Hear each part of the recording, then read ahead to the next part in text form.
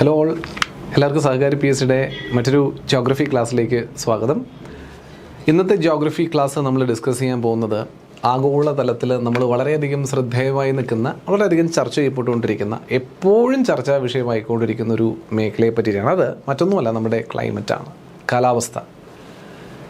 ആഗോള കാലാവസ്ഥ എന്നത് ഇന്ത്യൻ കാലാവസ്ഥയുമായിട്ട് വളരെയധികം കണക്റ്റഡായിട്ട് നിൽക്കുന്ന കണ്ടീഷനാണ്. അല്ലെങ്കിൽ ആഗോളതലത്തിൽ കാലാവസ്ഥയെ സ്വാധീനിക്കുന്ന ഘടകങ്ങൾ എന്തൊക്കെ തന്നെയാണോ അതൊക്കെ ഏറെക്കുറെ ഇന്ത്യയെയും സ്വാധീനിക്കുന്ന ഘടകങ്ങളായിട്ട് പറയാം. അത് മാത്രമല്ല, കാലാവസ്ഥ എന്നത് ഒരു പ്രദേശത്ത് മാത്രമായിട്ട് ഐസൊലേറ്റഡ് ആയിട്ടൊന്നും എനിക്കങ്ങ് പറയാൻ പറ്റത്തില്ല. അല്ലെങ്കിൽ ഇത് മൊത്തത്തിൽ ആഗോളതലത്തിൽ വ്യാപകമായി നിൽക്കുന്ന ഒരു കണ്ടീഷനാണ്. അതുകൊണ്ട് തന്നെ ഇപ്പോൾ ഇന്ത്യയുടെയൊക്കെ ക്ലൈമറ്റ് പഠിക്കുന്നതിന് മുമ്പ് നമ്മൾ ഈ ഒരു വേൾഡ് ക്ലൈമറ്റ് എന്ന സെഷൻ നിങ്ങളിലേക്ക് എത്തിക്കണമെന്നാണ് ആഗ്രഹിക്കുന്നത് കേട്ടോ.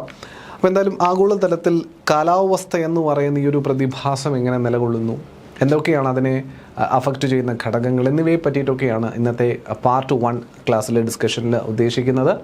കാലാവസ്ഥ വളരെ ഡെപ്തിൽ പഠിക്കേണ്ട ഒരു ടോപ്പിക് ആയതുകൊണ്ട് തന്നെ അത്യാവശ്യം നല്ല ആഴത്തിൽ തന്നെ നമ്മൾ ഈ കാലാവസ്ഥയുമായി ബന്ധപ്പെട്ട് വരുന്ന കാര്യങ്ങൾ പഠിക്കുന്നുണ്ടാവും. സോ നമുക്ക് ഒരുപാട് പാർട്ട് ഈ ഒരു കാലാവസ്ഥയുമായി ബന്ധപ്പെട്ട് നമ്മൾ കാണും. എല്ലാം വളരെ വളരെ സൂക്ഷ്മതയോടുകൂടി തന്നെ നിങ്ങൾ പരമാവധി പഠിച്ചിരിക്കാനായിട്ട് ശ്രദ്ധിക്കണം. ഓക്കെ അല്ലേ? അപ്പോൾ നമുക്ക് നേരെ ഈ വേൾഡ് ക്ലൈമറ്റ്, ആഗോള കാലാവസ്ഥ എന്നതുമായി ബന്ധപ്പെട്ട വസ്തുതകളിലേക്ക് ഒന്ന് ഊളിയിട്ടിറങ്ങാം. അതിനു മുൻപ് യൂഷ്വലി ചെയ്യുന്നത് പോലെ ഏതൊരു ടോപ്പിക്ക് തുടങ്ങുമ്പോഴും ഞാൻ നിങ്ങളെ പറ്റിക്കും, ക്ഷമിക്കുക, ഞാൻ നിങ്ങളെ പരിചയപ്പെടുത്തും അല്ലേ? എങ്ങനെ പറ്റിക്കുകയാണ്, ഇങ്ങനെ ചോദ്യങ്ങളൊക്കെ കാണിച്ചെന്ന് പറ്റിച്ചു എന്ന്. അതായത് നിങ്ങൾ പരിചയപ്പെടുത്തുകയാണ് ഇതിൽ നിന്ന് ചോദിച്ച ചോദ്യങ്ങളെ പറ്റിയിട്ട് കേട്ടോ. ഒന്ന്, the process of transfer of heat from one body to another body without the aid of a material medium is called dash. ഒരു മാധ്യമത്തിൻ്റെ സഹായമില്ലാതെ ഒരു വസ്തുവിൽ നിന്ന് മറ്റൊരു വസ്തുവിലേക്ക് താപം കൈമാറ്റം ചെയ്യുന്ന പ്രോസസ്സിനെ വിളിക്കുന്ന പേരെന്താണെന്നുള്ളതാണ് ചോദ്യം. കണ്ടക്ഷൻ ആണോ, ടെറസ്ട്രിയൽ റേഡിയേഷൻ ആണോ, കൺവെക്ഷൻ ആണോ, അഡ്വെക്ഷൻ ആണോ എന്നൊക്കെയുള്ളതാണ് ചോദ്യം. ഇതിന് ഉത്തരം വളരെ സിമ്പിളാണ്. ഉത്തരത്തിൽ ഒരു അഡീഷൻ കൂടി ഇവിടെ തന്നിട്ടുണ്ട്. അഡീഷൻ്റെ ആവശ്യമില്ലായിരുന്നു, പക്ഷെ അതും എനിഹൗ ശരി തന്നെയാണെന്നുള്ളത് കൊണ്ട് നമുക്ക് ഉത്തരത്തിലേക്ക് എത്തിച്ചേരാൻ പറ്റും. മറ്റൊരു ചോദ്യമായിട്ട് ഉത്തരം ഞാൻ ഇപ്പോൾ പറയുന്നില്ല, നമ്മളത് ഫൈനലി ഡിസ്കസ് ചെയ്യുന്ന സമയത്ത് നമ്മൾ കാണും. നിങ്ങളുടെ മനസ്സിൽ ഉത്തരം ഉണ്ടെങ്കിൽ നിങ്ങളൊന്ന് മാർക്ക് ചെയ്ത് വെക്കുക, കുഴപ്പമില്ല. താഴെ പറയുന്നവയിൽ ശരിയായ പ്രസ്താവന ഇതെന്നാണ് അടുത്ത ചോദ്യം വന്നേക്കുന്നത്. കാറ്റിലൂടെ തിരശ്ചീനത്തിൽ താപം വ്യാപിക്കുന്ന പ്രക്രിയയാണ് അഭിവഹനം. കാറ്റിലൂടെ തിരശ്ചീന തലത്തിൽ താപം വ്യാപിക്കുന്ന പ്രക്രിയയാണ് താപചലനം. കാറ്റിലൂടെ തിരശ്ചീനത്തിൽ താപം വ്യാപിക്കുന്ന പ്രക്രിയയാണ് സംവഹനം. എല്ലാം ഒരേ സാധനത്തെ തന്നെ എഴുതിയിരിക്കുന്നു, പക്ഷേ 3 പേരുകളാണ് തന്നിരിക്കുന്നത്. അപ്പോൾ സ്വാഭാവികമായിട്ടും ഇതിലേതെങ്കിലും ഒരു പേരായിരിക്കും ശരിയായിട്ട് വരിക. അതുകൊണ്ട് അതിൽ ഏതാണ് ശരി എന്നുള്ളതാണ് ചോദ്യം ചോദിച്ചിരിക്കുന്നത്. ഇതും നമ്മൾ പഠിക്കും, ഈ പറയുന്ന ആൾക്കാരൊക്കെ നമ്മൾ മനസ്സിലാക്കും. അടുത്തൊരു ചോദ്യം, consider the following statements. 1, the temperature contrast between continents and oceans is greater during summer than in winter. Statement 2, the specific heat of water is more than that of land surface. അപ്പോൾ ഈ 2 സ്റ്റേറ്റ്മെൻറ്റുകളുമായി ബന്ധപ്പെട്ട് ഏതാണ് ശരി എന്ന് identify ചെയ്യാനുള്ളൊരു ചോദ്യം. മറ്റൊരു ചോദ്യം, which of the following is or are correct from isothermal map in the month of January. The isotherms deviate to the north over the ocean and to the south over the continent. കോണ്ടിനെൻറ്റിലേക്ക് സൗത്തും ഓഷനിലേക്ക് നോർത്തും ഒരു deviation കാണിക്കുന്നു ഐസോതെർമുകൾ. 2, the presence of cold current, ocean currents, Gulf Stream and North Atlantic drift make the North Atlantic Ocean colder and the isotherm bend towards the north. അപ്പോൾ ഇതിലേത് statement ആണ് ശരി, അല്ലെങ്കിൽ ഏത് ഒന്ന് മാത്രമാണോ, അത് രണ്ടും ശരിയാണോ, രണ്ടും തെറ്റാണോ എന്നുള്ളതാണ് ചോദ്യം. അപ്പോൾ ഐസോതെർമൽ മാപ്പുമായിട്ട് ബന്ധപ്പെട്ടൊരു ചോദ്യവുമാണ് ചോദിച്ചിരിക്കുന്നത്. See these are some of the questions that we are actually dealing. ഇതുപോലെ ഒരുപാട് ചോദ്യങ്ങൾ ആഗോള ഈ പറയുന്ന കാലാവസ്ഥയുമായി ബന്ധപ്പെട്ടിട്ട് ചോദിച്ച് കണ്ടിട്ടുണ്ട്. സോ ഫസ്റ്റ് ഓഫ് ഓൾ നമ്മൾ നേരെ ക്ലൈമറ്റിലേക്ക് പഠിക്കാൻ ഇറങ്ങാൻ പോവുകയാണ്. ക്ലൈമറ്റ് പഠിക്കാൻ ഇറങ്ങുമ്പോൾ തന്നെ നിങ്ങളോട് ആദ്യമേ പറയാനുള്ള, അല്ലെങ്കിൽ പറഞ്ഞ് തിരുത്താനുള്ളൊരു കാര്യമുള്ളതെന്ന് വെച്ചാൽ, പല കുട്ടികളുടെയും കാര്യത്തിൽ, അല്ലെങ്കിൽ പലരും, കുട്ടികളുടെ അല്ല കേട്ടോ, മുതിർന്നവരുടെ കാര്യത്തിലും ഇതിങ്ങനെ തന്നെ സംഭവിക്കുന്നത് കാണാറുണ്ട്. ഞാനിവിടെ ഈ ഹെഡിങ് എഴുതിയിരിക്കുന്ന 2 വാചകങ്ങൾ ശ്രദ്ധിച്ചിട്ടുണ്ടാകും, വെതറും ക്ലൈമറ്റും. വെതർ ആൻഡ് ക്ലൈമറ്റ് എന്നീ പറയുന്ന 2 വസ്തുതകളും ഒന്നാണ് എന്ന രീതിയിലാണ് നമ്മൾ ആക്ച്വലി പ്രയോഗിക്കുന്നത്. ശരിയല്ലേ? പ്രയോഗത്തിൽ വരുമ്പോൾ ഇത് രണ്ടും ഒരുപോലെ എന്ന രീതിയിൽ പറയാറുണ്ടെങ്കിലും ഇത് ശരിക്കും ഒന്നല്ല. വെതറും ക്ലൈമറ്റും രണ്ടും 2 കണ്ടീഷൻസാണ്. അപ്പോൾ എന്താണ് വെതർ, എന്താണ് ക്ലൈമറ്റ്? ഈ വാർത്തകളിൽ പോലും പറയുന്നത് കേൾക്കാം, ഇന്നത്തെ കാലാവസ്ഥ എന്ന് പറഞ്ഞിട്ട് ആ ദിവസത്തെ താപനിലയും മറ്റുമൊക്കെ സൂചിപ്പിക്കും, മഴ ലഭ്യതയെ പറ്റിയിട്ടൊക്കെ പറയും. അത് തെറ്റാണ്, കാലാവസ്ഥയല്ല അത്. വെതർ ആൻഡ് ക്ലൈമറ്റ് എന്നതിൻ്റെ പ്രാഥമിക വ്യത്യാസം തന്നെ അത് ഒക്കർ ചെയ്യുന്ന കാലത്തെ അടിസ്ഥാനപ്പെടുത്തിയിട്ടാണ്, അല്ലെങ്കിൽ കാലാവധിയെ അടിസ്ഥാനപ്പെടുത്തിയിട്ടാണ്. ക്ലൈമറ്റ് എന്ന് പറയുന്നത് മലയാളത്തിൽ കാലാവസ്ഥ എന്ന് പറയുന്ന പ്രതിഭാസം. Climate is essentially called as കാലാവസ്ഥ. മലയാളത്തിൽ ക്ലൈമറ്റിനാണ് നമ്മൾ ഈ കാലാവസ്ഥ എന്ന് പറയുക. അപ്പോൾ ഈ ക്ലൈമറ്റ് അഥവാ കാലാവസ്ഥ എന്നത് ഒരു ലോങ് ടേം കണ്ടീഷൻ, അന്തരീക്ഷത്തിൻ്റെ കണ്ടീഷനെ സൂചിപ്പിക്കുന്നതാണ്. ഒരു long term condition of the atmosphere is what we termed as climate.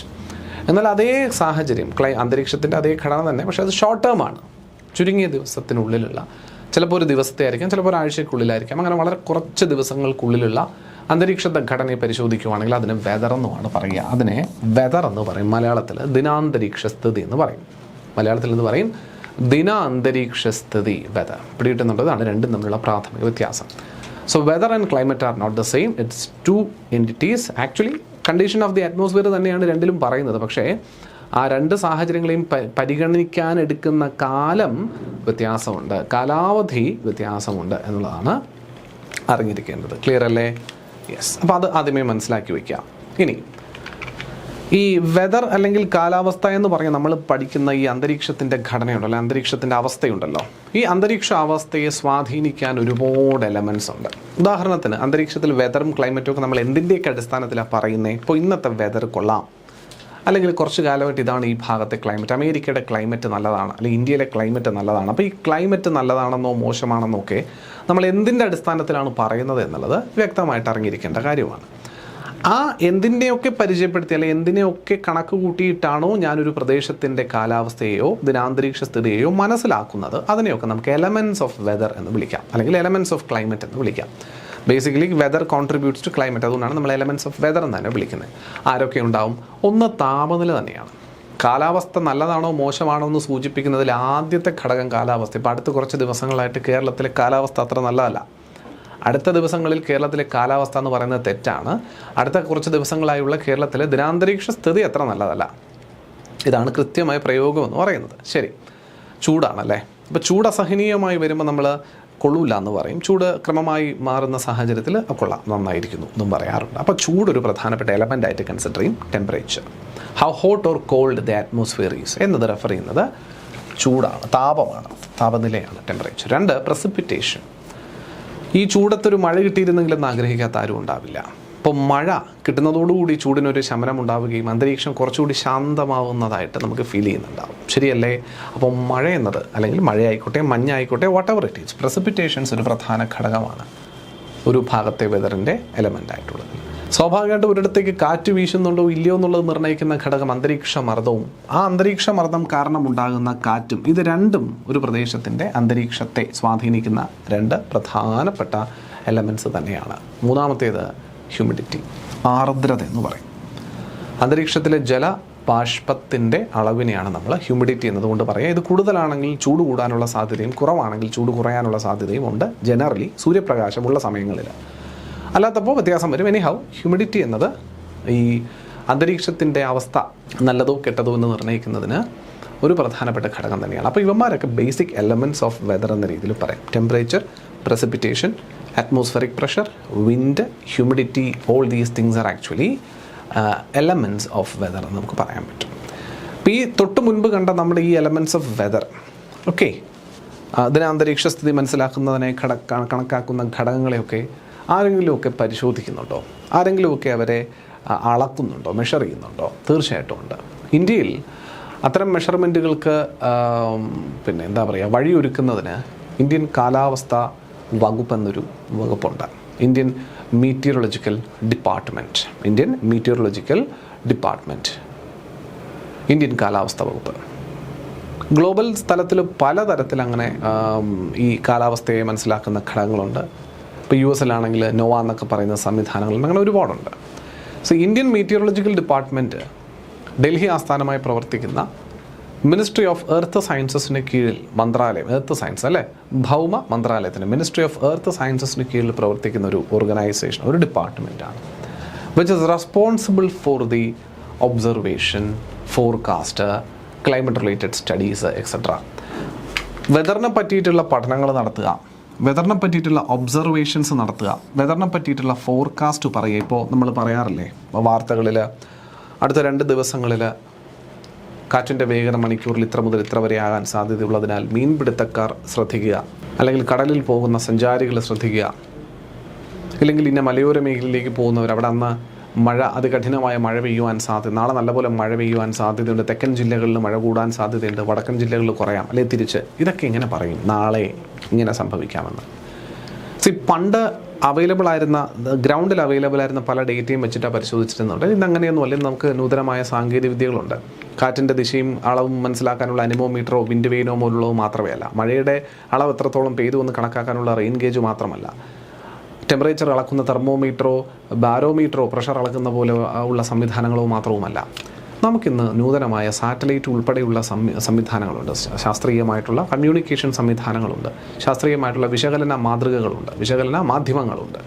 ഇതെല്ലാം വെച്ച് സാറ്റലൈറ്റ് ഉൾപ്പെടെയുള്ള ഉപയോഗിച്ച് മൈക്രോവേവ്സ്, ഇൻഫ്രാറെഡ് റേഡിയേഷൻസും അവയുടെ വ്യതിരണവും അവരുടെ ഫോട്ടോഗ്രാഫ്സും അന്തരീക്ഷത്തിൻ്റെ ഫോട്ടോഗ്രാഫ്സ് എടുക്കൽ ഉൾപ്പെടെയുള്ള സാഹചര്യങ്ങളാൽ നമുക്ക് ഈ പ്രഷർ ഡിഫറൻസസ് കണ്ടെത്തുന്നു, ക്ലൗഡിൻ്റെ ഫോർമേഷൻ കണ്ടെത്തുന്നു, ക്ലൗഡിൻ്റെ മൂവ്മെൻറ്റ് ഡിറക്ഷൻ കണ്ടെത്തുന്നു. ഇതൊക്കെ വെച്ചിട്ട് നമ്മുടെ കാറ്റെങ്ങോട്ട് വീശാം, കാറ്റ് വീശുന്നത് ഒരു ന്യൂനമർദ്ദമാകാൻ സാധ്യതയുണ്ടോ, അതൊരു ചക്രവാത ചുഴി സൈക്ലോൺ ആകാൻ സാധ്യതയുണ്ടോ ഇല്ലയോ എന്നൊക്കെ തിരിച്ചറിയാനും അതിനൊക്കെ ഉള്ളൊരു സാധ്യത പ്രെഡിക്റ്റ് ചെയ്യാൻ പറ്റും.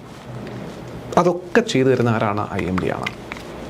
അപ്പോൾ വെതർ റിലേറ്റഡ് ആയിട്ടുള്ള ഇന്ത്യയിലെ എല്ലാ സർവീസിനും പ്രധാനപ്പെട്ട പങ്ക് വഹിക്കുന്നയാൾ ഇന്ത്യൻ മീറ്ററോളജിക്കൽ ഡിപ്പാർട്ട്മെൻ്റ് എന്ന് പറയാം. സെറ്റപ്പ് ചെയ്തിരിക്കുന്നത് ആലോചിച്ച് നോക്കണം. ഇന്ത്യ എന്ന രാജ്യം ഉണ്ടാകുന്ന 1947 1947 is when India got independent. പക്ഷേ ഇന്ത്യൻ കാലാവസ്ഥാ വകുപ്പ് ആരംഭിക്കുന്ന 1875 1875 ആരംഭിക്കുകയാണ്. മോട്ടോ ആദിത്യത്ത് ജയതേ വൃഷ്ടി, അല്ലേ? ആദിത്യത്ത് ജയതേ വൃഷ്ടി. അതിൻ്റെ മീനിങ് എന്താ? From the sun arises rain. ആദിത്യത്ത് ജയതേ വൃഷ്ടി, from the sun arises rain. സൂര്യൻ ഉണ്ടെങ്കിലാണ്, അല്ലെങ്കിൽ സൂര്യനിൽ നിന്നാണ്, സൂര്യൻ ഉള്ളത് കൊണ്ടാണ് മഴയുണ്ടാകുന്നത് എന്നുള്ളതാണ്. ശരിയാണ്. സൂര്യനിൽ നിന്ന് വരുന്ന താപം അന്തരീക്ഷത്തിലൂടെ കടന്ന് ഭൂമിയിലേക്ക് വന്ന് ഭൂമിയിലെ ജലസ്രോതസ്സുകളിൽ നിന്നും ജലത്തെ ബാഷ്പീകരിച്ച് മുകളിലേക്ക് അന്തരീക്ഷത്തിലേക്ക് കൊണ്ടുപോകുന്നുണ്ടാകും. അന്തരീക്ഷത്തിൽ ഈ കാർമേഘങ്ങൾ ഉണ്ടാകുന്നു. ഇത് മനുസ്മൃതിയിൽ നിന്ന് വന്നിരിക്കുന്ന ഒരു ഫ്രേസായിട്ട് കൺസിഡർ ചെയ്യാം. From the sun arises rain, from the rain comes food, and from food living beings originate.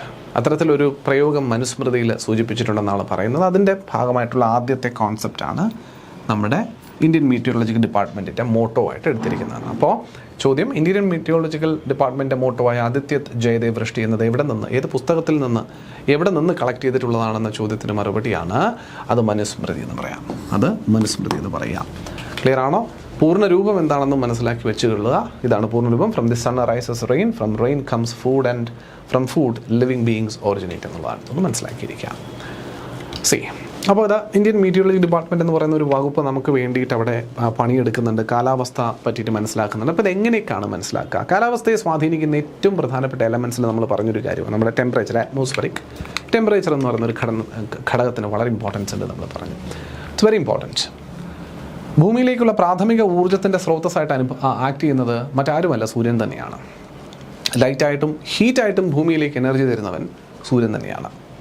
So the energy production in sun occurs how? During the process of nuclear fission. അപ്പോൾ അവിടെ എങ്ങനെ ഉണ്ടായി? അതൊരു എനർജിയുടെ സ്രോതസ്സാണ്, source of energy. Sun is a source, ഒരു ഊർജത്തിൻ്റെ സ്രോതസ്സാണ് സൂര്യൻ. അവിടെ ഊർജ്ജം ഉണ്ടാകുന്ന പ്രോസസ്സാണ് ന്യൂക്ലിയർ ഫ്യൂഷൻ. പഠിച്ചിട്ടുണ്ടാവും. ന്യൂക്ലിയർ ഫ്യൂഷനിലൂടെ സൂര്യനിലുണ്ടായ എനർജി ദശലക്ഷക്കണക്കിന് വർഷങ്ങൾ, ദശലക്ഷക്കണക്കിന് കിലോമീറ്ററുകൾ ഡിസ്റ്റൻസ് താണ്ടിയിട്ടാണ് ഭൂമിയിലേക്ക് എത്തുന്നത്. ആൻഡ് ഈ ഭൂമിയിലേക്ക് എത്തുന്ന റേഡിയേഷനുകൾ, സൂര്യൻ ഒരു ഊർജ്ജ സ്രോതസ് ആയതുകൊണ്ട് തന്നെ ഹൈ ഫ്രീക്വൻസി റേഡിയേഷൻസ് കടന്നു വരികയും ഈ ഫ്രീക്വൻസി കൂടുതലുള്ള റേഡിയേഷനുകൾക്ക് സ്വാഭാവികമായിട്ടും വേവ് ലെങ്ത് കുറയുന്നതും കാണാൻ സാധിക്കും. വേവ് ലെങ്ത് കുറവായിരിക്കും. അതുകൊണ്ട് തന്നെ സൂര്യനിൽ നിന്നും വരുന്ന ഇൻകമിംഗ് ആയിട്ടുള്ള റേഡിയേഷനുകളെ പൊതുവേ എന്ത് തരത്തിലുള്ള റേഡിയേഷൻസ് എന്ന് പറയാം? ഷോർട്ട് വേവ് റേഡിയേഷൻസ് എന്ന് സൂചിപ്പിക്കാമെന്ന് മനസ്സിലാക്കിയിരിക്കും. അതിപ്പോൾ സൂര്യനിൽ നിന്നല്ല, ഒരു ഊർജ്ജ സ്രോതസ്സിൽ നിന്ന് വരുന്ന റേഡിയേഷൻസ് പൊതുവേ, ഹൈ എനർജി സോഴ്സസിൽ നിന്നും വരുന്ന റേഡിയേഷൻസ് പൊതുവേ ഈ ഹ്രസ്വ തരംഗങ്ങളാകാനാണ് സാധ്യത കൂടുതൽ, ഷോർട്ട് വേവ്സ് ആവാനാണ് സാധ്യത കൂടുതലെന്ന് മനസ്സിലാക്കിയിരിക്കാം. So these are also short waves. സൂര്യനിൽ നിന്നും വരുന്ന റേഡിയേഷൻ, ഭൂമിയിലേക്ക് വരുന്ന റേഡിയേഷൻ ഷോർട്ട് വേവ് റേഡിയേഷൻസ് ആണ്. കണക്കുകൾ സൂചിപ്പിക്കുന്ന അനുസരിച്ച് it is estimated that only 1 part of 200 million of radiation emitted from the sun actually reaches earth. സൂര്യനിൽ നിന്നും ഉണ്ടാകുന്ന ദശലക്ഷക്കണക്കിന് റേഡിയേഷൻസ്, ടു ബി വെരി പ്രിസൈസ് 200 ദശലക്ഷം റേഡിയേഷനുകൾ, 200 ബില്യൺ, 200 ദശലക്ഷം റേഡിയേഷനിൽ കേവലം ഒരു ഭാഗം മാത്രമാണ് ഭൂമിയിലേക്ക് എത്തുന്നതെന്നാണ്. 200 മില്യൺ റേഡിയേഷൻസിൽ ഒരു ഭാഗം, 1 part ഇസ് റീച്ചിങ് എർത്ത്. ആ ഒരു ഭാഗമാണ് ഭൂമി എത്ര കണ്ട് ചൂടാക്കുന്നതെന്ന് മനസ്സിലാക്കുക. അപ്പോൾ ആ ഒരു 200 മില്യൺ ഭാഗം എന്നൊക്കെ പറയുമ്പോൾ 200 ദശലക്ഷത്തിൻ്റെ ഒരു പാർട്ടാണ് വരുന്നത്. ബാക്കിയും കൂടെ വന്നു കഴിഞ്ഞാൽ ഉള്ളൊരവസ്ഥ ആലോചിച്ച് നോക്കി. അപ്പോൾ അതാണ് അത് സൂര്യനിൽ നിന്ന് എമിറ്റ് ചെയ്യപ്പെടുന്ന എനർജിയുടെ ഒരു എമൗണ്ട് എന്ന് പറയുന്നത്. ഓക്കെ, ഇങ്ങനെ ഈ ഷോർട്ട് വേവ്സ് ആയിട്ട്, ഹ്രസ്വതരംഗങ്ങളായിട്ട് ഭൂമിയിലേക്ക് എത്തിച്ചേരുന്ന, ഭൂമിയിലേക്ക് ഇൻകമിങ് ആയിട്ടുള്ള ഈ സോളാർ റേഡിയേഷൻസിനെ പൊതുവെ the amount of solar radiation that reaches the earth is what we call as insolation അഥവാ സോളാർ ഇൻസൊലേഷൻ എന്ന് പറഞ്ഞ് കേൾക്കാറൊക്കെ ഉണ്ട്. സോളാർ ഇൻസൊലേഷൻ അഥവാ ഇൻസൊലേഷൻ. അപ്പോൾ എന്താണ് ഇൻസൊലേഷൻ എന്ന് പറഞ്ഞാൽ? അത് സൂര്യനിൽ നിന്ന് ഭൂമിയിലേക്ക് എത്തുന്ന സൂര്യപ്രകാശത്തിൻ്റെ അളവിനെ സൂചിപ്പിക്കുന്ന പേരാണ് ഇൻസൊലേഷൻ. മനസ്സിലായെന്ന് പ്രതീക്ഷിക്കുന്നു. The Earth's surface receives energy primarily from this short wave. ശരിയല്ലേ? നമ്മൾ നേരത്തെ സൂചിപ്പിച്ച പോലെ സൂര്യനിൽ നിന്നും വരുന്ന ഈ റേഡിയേഷനുകളാണ് ഭൂമിയിലേക്ക് എത്തുന്നത്, ഭൂമിയെ ചൂടാക്കാനായിട്ട് സഹായിക്കുകയും ചെയ്യുന്നതെന്നുള്ളതാണ്.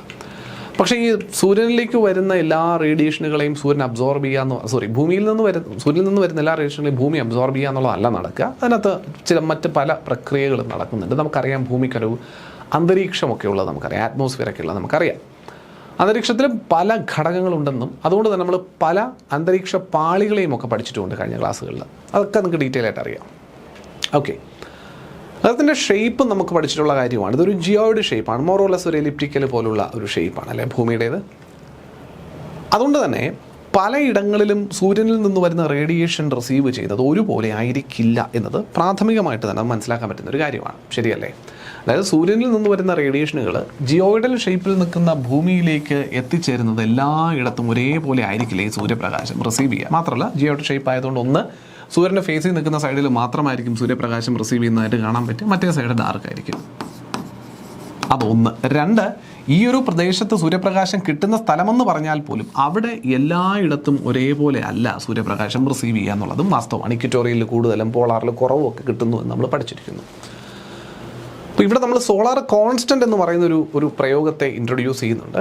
At the top of the atmosphere the earth receives an average of 1.94 calories per square centimeter per minute. ഇതിനാണ് നമ്മൾ സോളാർ കോൺസ്റ്റന്റ് എന്ന് സൂചിപ്പിക്കുക. So what is solar constant? ഒരു ചെറു കണക്കാണ്. അന്തരീക്ഷത്തിൻ്റെ മുകൾ ഭാഗങ്ങളിൽ 1.94 calorie per square centimetre per minute. ഒരു മിനിറ്റിൽ 1 സെൻറ്റിമീറ്റർ സ്ക്വയറിൽ 1.94 കലോറി ചൂടാണ് ഭൂമി റിസീവ് ചെയ്യുന്നത് എന്നുള്ളതാണ് കണക്കാക്കുന്നത്. എവിടെ? ടോപ്പ് ഓഫ് ദി അറ്റ്മോസ്ഫിയറിൻ്റെ ഉപരിതലത്തിൽ. ആ ഒരു അളവിനെ 1.94 എന്ന ഒരു അളവിനെ വിളിക്കുന്ന പേരാണ് ഈ സോളാർ കോൺസ്റ്റന്റ് എന്ന് സൂചിപ്പിച്ചിരിക്കുന്നത്. ജസ്റ്റ് ഒന്ന് അറിഞ്ഞിരുന്നാൽ മതി, ചോദ്യം ചോദിച്ചാൽ അറിഞ്ഞിട്ടുണ്ടാവണം ആരാണ് സോളാർ കോൺസ്റ്റന്റ് എന്ന്. ഓക്കെ, ഇനി ഞാൻ നേരത്തെ സൂചിപ്പിച്ച പോലെ തന്നെ സോളാർ ഔട്ട്പുട്ട് ഓരോ ഇടത്തും റിസീവ് ചെയ്യുന്നത് ഓരോ കണക്കിലാണ്. ഞാൻ നേരത്തെ സൂചിപ്പിച്ച പോലെ ഒരേ ഷേപ്പ് അല്ല ഭൂമിയിൽ എല്ലായിടത്തും എന്നുള്ളതുകൊണ്ട് തന്നെ ഡിഫറെൻ്റ് ആയിട്ടായിരിക്കും ഈ സോളാർ റേഡിയേഷൻസ് നമ്മുടെ ഭൂമിയുടെ ഉപരിതലത്തിൽ റിസീവ് ചെയ്യപ്പെടുക. അതിലും മറ്റൊരു കാര്യമുള്ളത്, സൂര്യനെ ചുറ്റി ഭൂമി നിൽക്കുന്നു എന്നുള്ളതുകൊണ്ട് തന്നെ ഈ സൂര്യനെ ഭൂമി ചുറ്റുന്നതിന് 2 കണ്ടീഷൻസ്. ഇപ്പം ആവറേജ് ആയിട്ട് നമ്മൾ സൂര്യനും ഭൂമിയും തമ്മിലൊരു അകലം പറയുമെങ്കിൽ പോലും ഈക്വൽ ഡിസ്റ്റൻസിലല്ല ഭൂമിയും സൂര്യനും തമ്മിലുള്ള അകലം എപ്പോഴും ഒരുപോലെ അല്ല എന്നുള്ളത് വാസ്തവമാണ്. സൂര്യനും ഭൂമിയും തമ്മിൽ അടുത്ത് വരുന്ന ഒരു കണ്ടീഷനും അകന്നു പോകുന്നൊരു കണ്ടീഷനും വരാറുണ്ട്. പെരിഹീലിയനും അതുപോലെ അബ്ഹീലിയൻ എന്ന് പറയുന്ന കണ്ടീഷൻ. ഇപ്പോൾ പെരിഹീലിയൻ എന്ന് പറഞ്ഞാൽ സ്വാഭാവികമായിട്ടും ഭൂമിയുടെ ഏറ്റവും അടുത്ത് സൂര്യൻ വരുന്ന കണ്ടീഷനാണ്, അല്ലെങ്കിൽ സൂര്യൻ്റെ ഏറ്റവും അടുത്ത് ഭൂമി എത്തുന്ന കണ്ടീഷനാണ് പെരിഹീലിയൻ എന്ന് പറയുക. ആ സമയത്ത് കിട്ടുന്ന സൂര്യനിൽ നിന്നും വരുന്ന ചൂടിൻ്റെ അളവായിരിക്കില്ല അബ്ഹീലിയൻ സമയത്ത്, സൂര്യനിൽ നിന്ന് ഏറ്റവും അകലെ പോകുന്ന സമയത്ത് കിട്ടുന്ന താപനില എന്ന് പറയുന്നത്, അല്ലെങ്കിൽ ഈ പറയുന്ന സോളാർ റേഡിയേഷൻസിൻ്റെ ഇൻകമിങ് എന്ന് പറയും, അതിലും വ്യത്യാസം ഉണ്ടാവും. Okay, so this also creates variation in the temperature distribution in earth. ഇതും ഭൂമിയിലുള്ള താപത്തിൻ്റെ വിതരണത്തെ സ്വാധീനിക്കുന്ന ഘടകമാണ്. ക്ലിയർ അല്ലേ? യെസ്. പെരിഹീലിയൻ എന്താണ്, അബ്ഹീലിയൻ എന്താണെന്നൊക്കെ നമ്മൾ മുമ്പ് പഠിച്ചിട്ടുണ്ട്, അല്ലെങ്കിൽ പെരിഹീലിയൻ അബ്ഹീലിയൻ ഡേയ്സ് ഒക്കെ നമ്മൾ മുമ്പ് പഠിച്ചിട്ടുണ്ട് എന്നാണ് എൻ്റെ ഒരു വിശ്വാസം. അതിലേക്ക് ഞാൻ അതുകൊണ്ട് ആഴത്തിലിറങ്ങി പോകുന്നില്ല. അപ്പോൾ നമുക്ക് കിട്ടുന്ന ഇൻസോലേഷനെ അഫക്റ്റ് ചെയ്യുന്ന ഫാക്ടേഴ്സ് നമുക്ക് ഒന്ന് നോക്കാം ഓരോന്നോരോന്നായിട്ട്. ഒന്ന്, ഭൂമിയുടെ റൊട്ടേഷൻ. സ്വാഭാവികമായിട്ടും ഭൂമി റൊട്ടേറ്റ് ചെയ്തുകൊണ്ടിരിക്കുന്നത് കൊണ്ട് തന്നെ റൊട്ടേഷനിൽ സൂര്യനെ ഫേസ് ചെയ്ത് നിൽക്കുന്ന സൈഡിന് കാര്യമായിട്ട് സൂര്യപ്രകാശം റിസീവ് ചെയ്യുകയും അതുപോലെ ഫേസ് ചെയ്യാത്ത സൈഡിന് ആ സൂര്യപ്രകാശം കിട്ടില്ല, സോളാർ ഇൻസുലേഷനെ റിസീവ് ചെയ്യാത്ത സാഹചര്യമുണ്ട്. അപ്പോൾ റൊട്ടേഷൻ ഭൂമിയിൽ പലയിടത്തും വ്യത്യസ്തമായിട്ട് സൂര്യപ്രകാശം കിട്ടുന്നതിന് കാരണമാവുന്നു. ഒന്നാമത്തെ component. 2, angle of inclination of sunrise. തീർച്ചയായിട്ടും ഞാൻ നേരത്തെ സൂചിപ്പിച്ച പോലെ സൂര്യപ്രകാശം ഏറ്റവും കൂടുതൽ ഇൻറ്റൻസിറ്റിയിൽ റിസീവ് ചെയ്യുന്നതായിട്ട് ഇക്വറ്റോറിയൽ മേഖലയെ കാണാൻ സാധിക്കുന്നു. കാരണം സൂര്യപ്രകാശവും ആ ഇക്വറ്റോറിയൽ സർഫസും തമ്മിലുള്ള ആംഗിൾ ഏറ്റവും കൂടുതലായിട്ട് കാണാൻ പറ്റുന്നത് അവിടെയാണ്. അതായത് ഏറ്റവും കൂടുതൽ പെർപെൻഡിക്കുലർ ആയിട്ട് റിസീവ് ചെയ്യാൻ സാധിക്കുന്നത് ഭൂമധ്യരേഖാ പ്രദേശത്തിനടുത്തുള്ള പ്രദേശങ്ങളിലാണ്. ബാക്കിയുള്ള ഇടങ്ങളിലേക്ക് പോകുമ്പോൾ നിങ്ങളിവിടെ ഈ ചിത്രം നോക്കിയാൽ തന്നെ അറിയാം. ഇതാണ് ഭൂമധ്യരേഖാ പ്രദേശം എന്ന് വിചാരിച്ചോ. അവിടെ സൂര്യപ്രകാശം റിസീവ് ചെയ്യുമ്പോൾ ആംഗിൾ ഇതാണ്, ഇത് രണ്ടും തമ്മിൽ ഇത്രയേ ഉള്ളൂ. കണ്ടോ, ആംഗിൾ കൂടുതലാണ്. ഇവിടെ വന്നപ്പോൾ ആംഗിൾ തീരെ കുറഞ്ഞു. ഇവിടെ പോളാർ റീജിയൻ വന്നപ്പോൾ ഏകദേശം അതിനോട് സമാനമായി ആംഗിൾ 0 ആവുന്ന സമാനമായിപ്പോയി. അപ്പോൾ ഈ സോളാർ റേഡിയേഷൻസ് വളരെയധികം ചരിഞ്ഞാണ് ഈ പോളാർ റീജിയനിലോട്ട് പോകുമ്പോൾ കിട്ടുന്നതെന്നുള്ളതാണ്. കൂടുതൽ പെർപെൻഡിക്കുലറായിട്ട് ഇക്വറ്റോറിയൽ റീജിയനിൽ കിട്ടുന്നു എന്നുള്ളതാണ്. സോ ഈ ഒരു ബേസിസിൽ സോളാർ റേഡിയേഷൻസ് പരമാവധി പെർപെൻഡിക്കുലറായിട്ട് കിട്ടുന്നിടത്ത് കൂടുതൽ ഹീറ്റ് ഉണ്ടാവും, കൂടുതൽ സൂര്യൻ്റെ എനർജി റിസീവ് ചെയ്യുന്നുണ്ടാവുന്ന സ്ഥലം. പാരലൽ ആകുന്നിടത്ത് അല്ലെങ്കിൽ പരമാവധി ഇൻക്ലൈൻ ചെയ്ത് പോകുന്നിടത്ത് ആ ഒരു ഹീറ്റ് ബജറ്റ് അല്ലെങ്കിൽ ഹീറ്റിൻ്റെ ഡിസ്ട്രിബ്യൂഷൻ താരതമ്യേന കുറവായിരിക്കും എന്ന് പറയാം. ഈ അപ്ഹീലിയൻ പെരിഹീലിയൻ എന്നൊക്കെ പറഞ്ഞ് സൂചിപ്പിച്ച പോലെ ഈ ലെങ്ത് ഓഫ് ദി ഡേ, എത്ര സമയം ഈ സൂര്യനിൽ നിന്നുള്ള റേഡിയേഷൻ ഭൂമിയിൽ കിട്ടിക്കൊണ്ടിരിക്കുന്നു എന്നുള്ളത് തീർച്ചയായിട്ടും സൂര്യനിലേക്ക് എത്ര റേഡിയേഷൻ വരുന്നുള്ളതിനെ അഫക്റ്റ് ചെയ്യുന്ന ഘടകമല്ലേ. കൂടുതൽ സമയം കൂടുതൽ റേഡിയേഷൻ, കുറച്ച് സമയമാണെങ്കിൽ കുറച്ച് റേഡിയേഷൻ ആവും കിട്ടുക എന്നുള്ളതാണ്. അപ്പോൾ കൂടുതൽ സമയം കിട്ടുന്ന സാഹചര്യം വന്നാൽ ലെങ്ത് ഓഫ് ദി ഡേ കൂടുതലാണെങ്കിൽ കൂടുതൽ സൂര്യൻ്റെ എനർജി നമുക്ക് റിസീവ് ചെയ്യും, കുറവാണെങ്കിൽ കുറവ്. പിന്നുള്ളത് അന്തരീക്ഷത്തിൻ്റെ ഘടനയാണ്. 4ാമത്തെ കണ്ടീഷൻ അന്തരീക്ഷത്തിൻ്റെ ഘടനയാണ്. The transparency of the atmosphere. Atmosphere വളരെ ക്ലിയറാണ്. അധികം ക്ലൗഡ് കവറോ ഡസ്റ്റ് കവറോ കാര്യങ്ങളൊന്നുമില്ല. മീൻസ് ക്ലൗഡ്സോ ഡസ്റ്റോ ഒന്നുമില്ല, മേഘാവൃതമല്ലാതെയൊക്കെ നിൽക്കുന്ന കണ്ടീഷനിൽ സൂര്യനിൽ നിന്നും വരുന്ന റേഡിയേഷൻസ് വളരെ ക്ലിയർ ആയിട്ട് ഭൂമിയിലേക്ക് എത്തും, അല്ലെങ്കിൽ ഭൂമിയുടെ സർഫസിലോട്ട് എത്തും. എന്നാൽ ഈ അറ്റ്മോസ്ഫിയർ വളരെയധികം ക്ലൗഡഡ് ആണ്, വളരെയധികം ഡസ്റ്റ് പാർട്ടിക്കിൾസ് മറ്റുമൊക്കെ ആയിട്ട് ഇങ്ങനെ നിറഞ്ഞു നിൽക്കുകയാണെങ്കിൽ റേഡിയേഷൻ ഭൂമിയിലേക്ക് എത്തുന്നതിനെ അല്ലെങ്കിൽ സർഫസിലേക്ക് എത്തുന്നതിനെ അതൊരു പരിധിവരെ പ്രിവെൻറ്റ് ചെയ്യുകയും ചെയ്യും. പിന്നെ ഇത് റിസീവ് ചെയ്യുന്ന ഭൂമിയുടെ ഘടന, അതാണ് കോൺഫിഗറേഷൻ ഓഫ് ദി ലാൻഡ് എന്ന് പറയാൻ 5ാമത്തെ കണ്ടീഷനായിട്ട് എടുത്തിരിക്കുന്നത്. ആസ്പെക്റ്റ് എന്ന് വിളിക്കാം. ഭൂമിയുടെ ഘടന, മലനിരയാണോ താഴ്വരയാണോ ചെരിങ്ങിടമാണോ നൂന്ന് നിൽക്കുന്നിടമാണോ, എവിടെയെങ്കിലും ഷെയ്ഡ് ഉണ്ടാവുന്നുണ്ടോ ഷെയ്ഡ് ഉണ്ടാവുന്നില്ലേ എന്നുള്ളതൊക്കെ ബേസ് ചെയ്തിട്ട് കിട്ടുന്ന ചൂടിനെ അത് അഫക്റ്റ് ചെയ്യുന്നു എന്നുള്ളതാണ്. സോ റൊട്ടേഷൻ നമ്മൾ പറഞ്ഞു, ആംഗിൾ ഓഫ് ഇൻക്ലിനേഷൻ നമ്മൾ പറഞ്ഞു, ഏരിയ ഡിസ്ട്രിബ്യൂഷൻ നമ്മൾ പറഞ്ഞു, അതുപോലെ atmospheric depth. Slant rays must pass through a greater depth. ശരിയല്ലേ? കാരണം ഇവിടെ നിങ്ങൾ നോക്കിയാൽ അറിയാം എന്തുകൊണ്ട് പെർപെൻഡിക്കുലർ റേഡിയേഷൻ കിട്ടുന്നിടത്ത് കൂടുതൽ സൂര്യപ്രകാശത്തിൻ്റെ അല്ലെങ്കിൽ കൂടുതൽ സൂര്യൻ്റെ ചൂട് കിട്ടുന്നു, സൂര്യൻ്റെ എനർജി കിട്ടുന്നു. പോളാർ റീജിയനിലോട്ട് പോകുമ്പോൾ എന്തുകൊണ്ട് ചരിഞ്ഞെത്തുന്ന റേഡിയേഷൻ എന്തുകൊണ്ട് ചൂട് കുറയ്ക്കുന്നു എന്ന ചോദ്യത്തിൻ്റെ മറുപടിയാണിത്. അറ്റ്മോസ്ഫിയറിക് ഡെപ്ത്, അതായത് ഈ ഒരു ഭാഗം നിങ്ങൾ നോക്കിയാൽ കാണാൻ പറ്റും. ഈ ഇക്വറ്റോറിയൽ റീജിയനിൽ സൂര്യന് അറ്റ്മോസ്ഫിയറിലൂടെ കടന്നു പോകേണ്ടി വന്ന ദൂരം ആകെ ഇത്രയും ദൂരമാണ്. ഈ ദൂരം കഴിയുമ്പോഴേക്കും സർഫസിലെത്തി. പോളാർ റീജിയനിൽ നോക്കിയപ്പോൾ ഭൂമി ഈ സർഫസിലേക്ക് എത്താൻ അന്തരീക്ഷത്തിലൂടെ സൂര്യൻ കടന്നു പോകേണ്ട അകലം ഇത്രയും ഉണ്ടായിരുന്നു. കണ്ടോ? അപ്പോൾ അന്തരീക്ഷത്തിലൂടെ സൂര്യൻ്റെ കിരണങ്ങൾ കടന്നു പോകാനെടുക്കുന്ന സമയം കൂടുന്നതിനനുസരിച്ച് അന്തരീക്ഷത്തിലുള്ള സ്കാറ്ററിങ്ങും മറ്റ് പ്രോസസ്സുകളും കൂടുതൽ നടക്കും. അപ്പോൾ അതുകൊണ്ട് എനർജി സ്വാഭാവികമായിട്ടും റെഡ്യൂസ് ചെയ്യപ്പെടും. അതുകൊണ്ടാണ് പോളാർ റീജിയനിൽ കൂടുതൽ അന്തരീക്ഷ ദൂരത്തിലൂടെ ഭൂമിയുടെ അന്തരീക്ഷത്തിനുള്ളിലൂടെ കൂടുതൽ ദൂരം സഞ്ചരിക്കേണ്ടി വരുന്നു, സോളാർ തരംഗങ്ങൾ സഞ്ചരിക്കേണ്ടി വരുന്നു. എവിടെ? പോളാർ മേഖലയിലേക്ക് പോകുമ്പോൾ. അതുകൊണ്ടാണ് അവിടെ ഫൈനലി ഭൂമിയുടെ സർഫസിൽ റിസീവ് ചെയ്യുന്ന എനർജി മിനിമലായി പോകുന്നതിന് കാരണമാവുന്നതെന്നുള്ളതാണ്. ക്ലിയർ അല്ലേ? ലെങ്ത് ഓഫ് ദി ഡേ നമ്മൾ ഓൾറെഡി പറഞ്ഞു. ട്രാൻസ്പെറൻസി ഓഫ് ദി അറ്റ്മോസ്ഫിയർ പറഞ്ഞു. ഷോർട്ട് വേവ് റേഡിയേഷൻസ് വരാനായിട്ട് മീൻസ് ക്ലൗഡ്സ് ഉണ്ടോ ഇല്ലയോ എന്നുള്ള കാര്യത്തെയൊക്കെ ബേസ് ചെയ്തിട്ട് അതിരിക്കും നമ്മൾ പറഞ്ഞു. സ്കാറ്ററിങ് ആൻഡ് ഡിഫ്യൂഷൻ, അല്ലേ? അന്തരീക്ഷത്തിൽ ഈ പറയുന്ന കൊളോയിഡൽ പാർട്ടിക്കിൾസ്, ഡസ്റ്റ് അങ്ങനത്തെ സംഗതികളൊക്കെ ഉണ്ടെന്നുണ്ടെങ്കിൽ സ്കാറ്ററിങ് ഡിഫ്യൂഷൻ പോലുള്ള പ്രോസസ്സുകൾ ഉണ്ടാവാനും സാധ്യതയുണ്ട് എന്നുള്ളതാണ്. വാട്ടർ വേപ്പർ ഓസോണൊക്കെ ഉണ്ടെങ്കിൽ അതും ഈ പറയുന്ന റേഡിയേഷൻസിനെ അബ്സോർബ് ചെയ്യുന്നതിനൊക്കെ കാരണമാവും. അന്തരീക്ഷത്തിലെ ഘടകങ്ങളെല്ലാം തന്നെ ഇപ്പോൾ ഗ്യാസസും അതുപോലെ പാർട്ടിക്കുലേറ്റ് മാറ്റർ സസ്പെൻഡ് ചെയ്ത് നിൽക്കുന്ന ഡസ്റ്റും മറ്റുമൊക്കെയാണ് പാർട്ടിക്കുലേറ്റ് മാറ്റർ എന്ന് പറയുന്നത്. ഈ രണ്ട് കൂട്ടരും സൂര്യനിൽ നിന്നും വരുന്ന റേഡിയേഷനെ ഒരു പരിധിവരെ അബ്സോർബ് ചെയ്യുള്ളൂ. പക്ഷെ കാര്യമായിട്ട് അബ്സോർബ് ചെയ്യുന്നത് ഈ സൂര്യനിൽ നിന്നും വരുന്ന റേഡിയേഷൻ അല്ല, പകരം വേറൊരാളെയാണ്. നമുക്ക് അങ്ങോട്ട് പോകുമ്പോൾ പറഞ്ഞുതരാം ആരെയാണ് അബ്സോർബ് ചെയ്യുന്നത് എന്നുള്ളതൊക്കെ. Okay, configuration of the land അത് നമ്മൾ സൂചിപ്പിച്ച ഘടകമാണ്. നിങ്ങളുടെ നോട്ടിലേക്ക് നോട്ടായിട്ടൊന്ന് ഇട്ടിട്ടുണ്ട് എന്നുള്ളത് മാത്രം. ഇനി spatial distribution of our solar insolation. The amount of energy reaching the Earth's surface is not uniform and varies significantly based on location and surface. പറഞ്ഞു. ലാറ്റിറ്റ്യൂഡിനൽ വേരിയേഷൻ ഏകദേശം അതിൻ്റെ ഒരു അളവും കൂടി എഴുതി വെച്ചിട്ടുണ്ട്. Latitudinal variation tropic receives about 320 watt per metre square of insolation. അതായത് 320 watt per metre square solar ഇൻസുലേഷനാണ് ട്രോപ്പിക്കൽ റീജിയൻസ് റിസീവ് ചെയ്യുന്നത്. എന്നാൽ പോളാർ റീജിയൻസ് ആകുമ്പോഴോ 70 watt per metre square of the insolation. 320 watt tropical റീജിയനിൽ ടെമ്പറേച്ചർ റിസീവ് ചെയ്യുമ്പോൾ polar റീജിയനിലേക്ക് എത്തുന്ന സമയത്ത് റിസീവ് ചെയ്യുന്നത് ഏകദേശം 70 വാട്ട്സ് പെർ മീറ്റർ സ്ക്വയർ ആണ് സോളാർ ഇൻസുലേഷൻ. ഇനി ഈ സബ് ട്രോപ്പിക്കൽ ഡെസേർട്ട്സ് ഈ ട്രോപ്പിക്കൽ റീജിയനേക്കാൾ കൂടുതൽ റേഡിയേഷൻസ് അല്ലെങ്കിൽ ഇൻസുലേഷൻസ് റിസീവ് ചെയ്യുന്നൊരു സ്ഥലമാണെന്ന് പറയുന്നത്. Sub tropical desserts receives the maximum insulation. Tropical അല്ല, സബ് ട്രോപ്പിക്കൽ. എന്തുകൊണ്ടാണ്? സാധാരണ നമ്മൾ പറയുന്നതനുസരിച്ച് ട്രോപ്പിക്കലാണല്ലോ വരേണ്ടത്. പക്ഷേ സബ് ട്രോപ്പിക്കൽ ഡെസേർട്ട്സ് ആണ് അല്ലെങ്കിൽ റീജിയൻസ് ആണ് കൂടുതൽ ഇൻസുലേഷനെ റിസീവ് ചെയ്യുന്നത്. എന്തുകൊണ്ടാണ്? Because they have the least amount of cloudiness അല്ലെങ്കിൽ ക്ലൗഡ് കവർ. ട്രോപ്പിക്കൽ റീജിയൻ അത്യാവശ്യം നല്ലപോലെ ക്ലൗഡ് കവർ ഉണ്ടാകും. കാരണം എന്താ? ചൂട് കൂടുതലായിരിക്കും, അവിടെ നിന്ന് എവോപ്പറേഷനൊക്കെ നല്ലപോലെ നടക്കുന്നുണ്ട്, ക്ലൗഡ് കവർ ഒരുപാട് കാണും. അപ്പോൾ അടുത്ത സോളാർ റേഡിയേഷൻ വരുമ്പോൾ ഈ ക്ലൗഡ്സിനെ താണ്ടി വേണം താഴേക്ക് പോകാൻ, സർഫസിലേക്ക് പോകാൻ. എന്നാൽ സബ് ട്രോപ്പിക്കൽ മേഖലയിൽ പോകുമ്പോൾ ഈ പറയുന്ന ക്ലൗഡ് കവർ കുറവാണ്. അതുകൊണ്ട് ഈ ഇൻസുലേഷൻ നല്ലപോലെ ഇവിടെ കിട്ടും സബ് ട്രോപ്പിക്കൽ ഡെസേർട്ട്സിൽ അല്ലെങ്കിൽ സബ് ട്രോപ്പിക്കൽ റീജിയൻസിൽ കിട്ടും എന്നുള്ളതാണ്. ഇക്വേറ്ററിൻ്റെ കാര്യം നമുക്കറിയാം. അതുപോലെ ലാൻഡ്, വാട്ടർ എന്നീ ഘടകങ്ങളുടെ വ്യത്യാസം. ഇപ്പോൾ കോണ്ടിനെൻസും ഓഷ്യൻസും ഒക്കെ ഉണ്ടല്ലോ. At the same latitude, insolation is generally higher over the continents than over oceans. അത് കാരണം എന്താ? സ്പെസിഫിക് ഹീറ്റാണ് അല്ലേ. കടൽ പെട്ടെന്ന് ചൂടാകില്ല. കൂടുതൽ ഹീറ്റ് കൊടുത്താലേ കടൽ ചൂടാവുള്ളൂ. കുറച്ച് ഹീറ്റ് കൊടുത്താൽ തന്നെ കര ചൂടാവുന്ന കണ്ടീഷനുണ്ട്. അപ്പോൾ കോണ്ടിനെൻസും ഓഷ്യൻസും ഉള്ള ഏരിയാസ് നമ്മൾ പരിശോധിച്ചാൽ അവിടെ ഈ ഹീറ്റ് ഒരല്പം കൂടുതലായിട്ട് കിട്ടുന്നത് അല്ലെങ്കിൽ ഇൻസുലേഷൻ ഒരല്പം കൂടുതൽ ഒബ്സർവ് ചെയ്യപ്പെടുന്നത് സ്വാഭാവികമായിട്ടും കോണ്ടിനെൻസിന് മുകളിലായിരിക്കും ഓഷ്യനേക്കാൾ.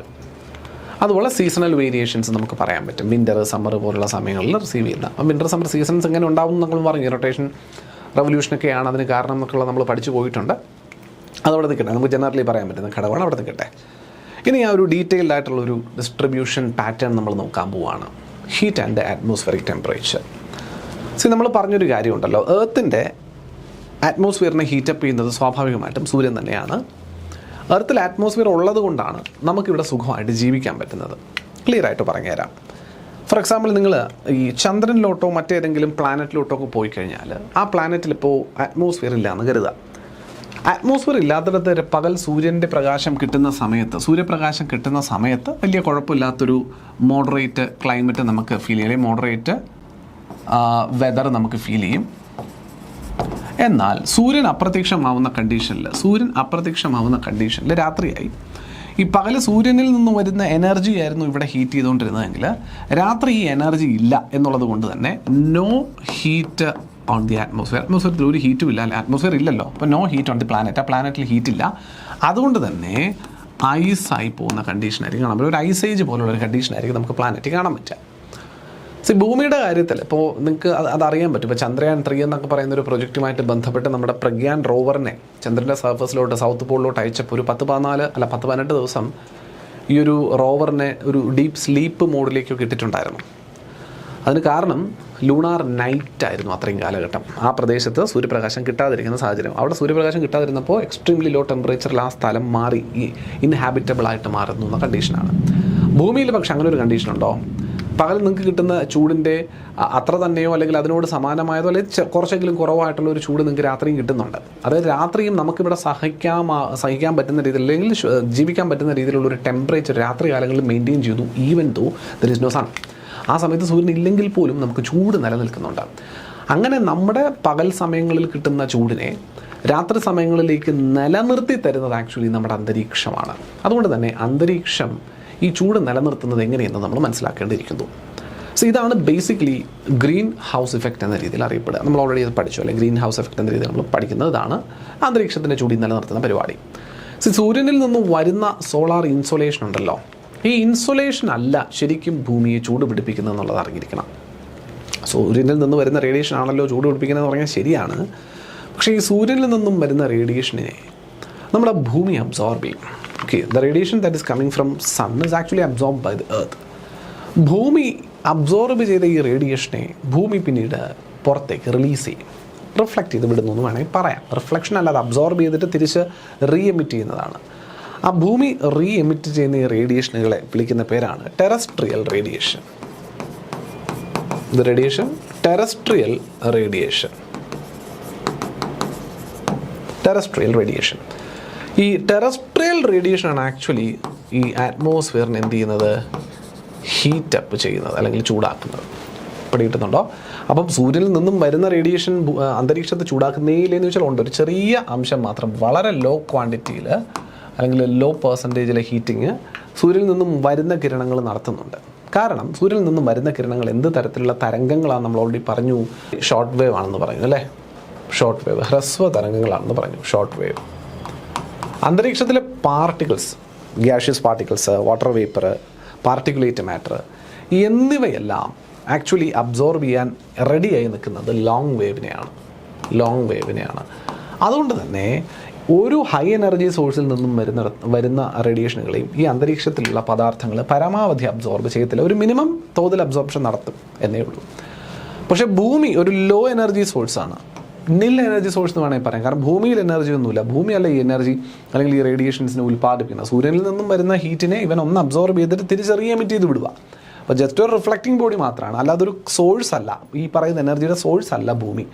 അതുകൊണ്ട് തന്നെ ഒരു ലോ എനർജി സോഴ്സാണ് എർത്ത് എന്നുള്ളത് കൊണ്ട് ഈ ലോ എനർജി സോഴ്സ് എമിറ്റ് ചെയ്യുന്ന റേഡിയേഷൻസിൻ്റെ ഫ്രീക്വൻസി വളരെ കുറവും വേവ് ലെങ്ത് കൂടുതലുമായിരിക്കും. അതുകൊണ്ട് ഈ ടെറസ്ട്രിയൽ റേഡിയേഷൻ വഴി ഉണ്ടാകുന്ന തരംഗങ്ങൾ എന്തായിരിക്കും, ഇവിടെ ലോങ് വേവ് ആയിരിക്കും.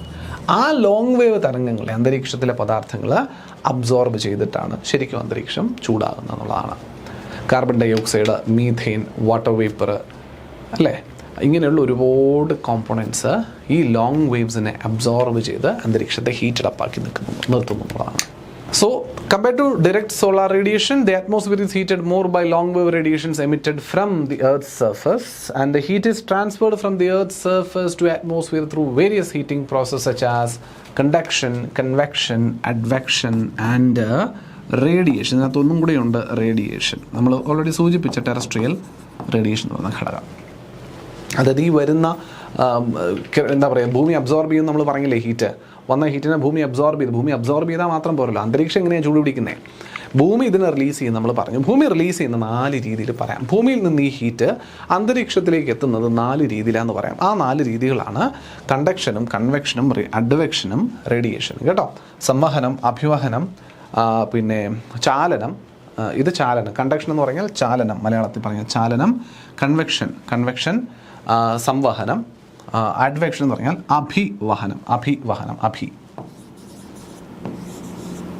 അഭിവഹനം. ഇത് സംവഹനം.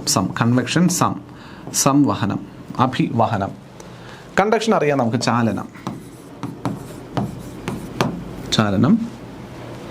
റേഡിയേഷൻ എന്ന് പറയുന്നത് വികിരണം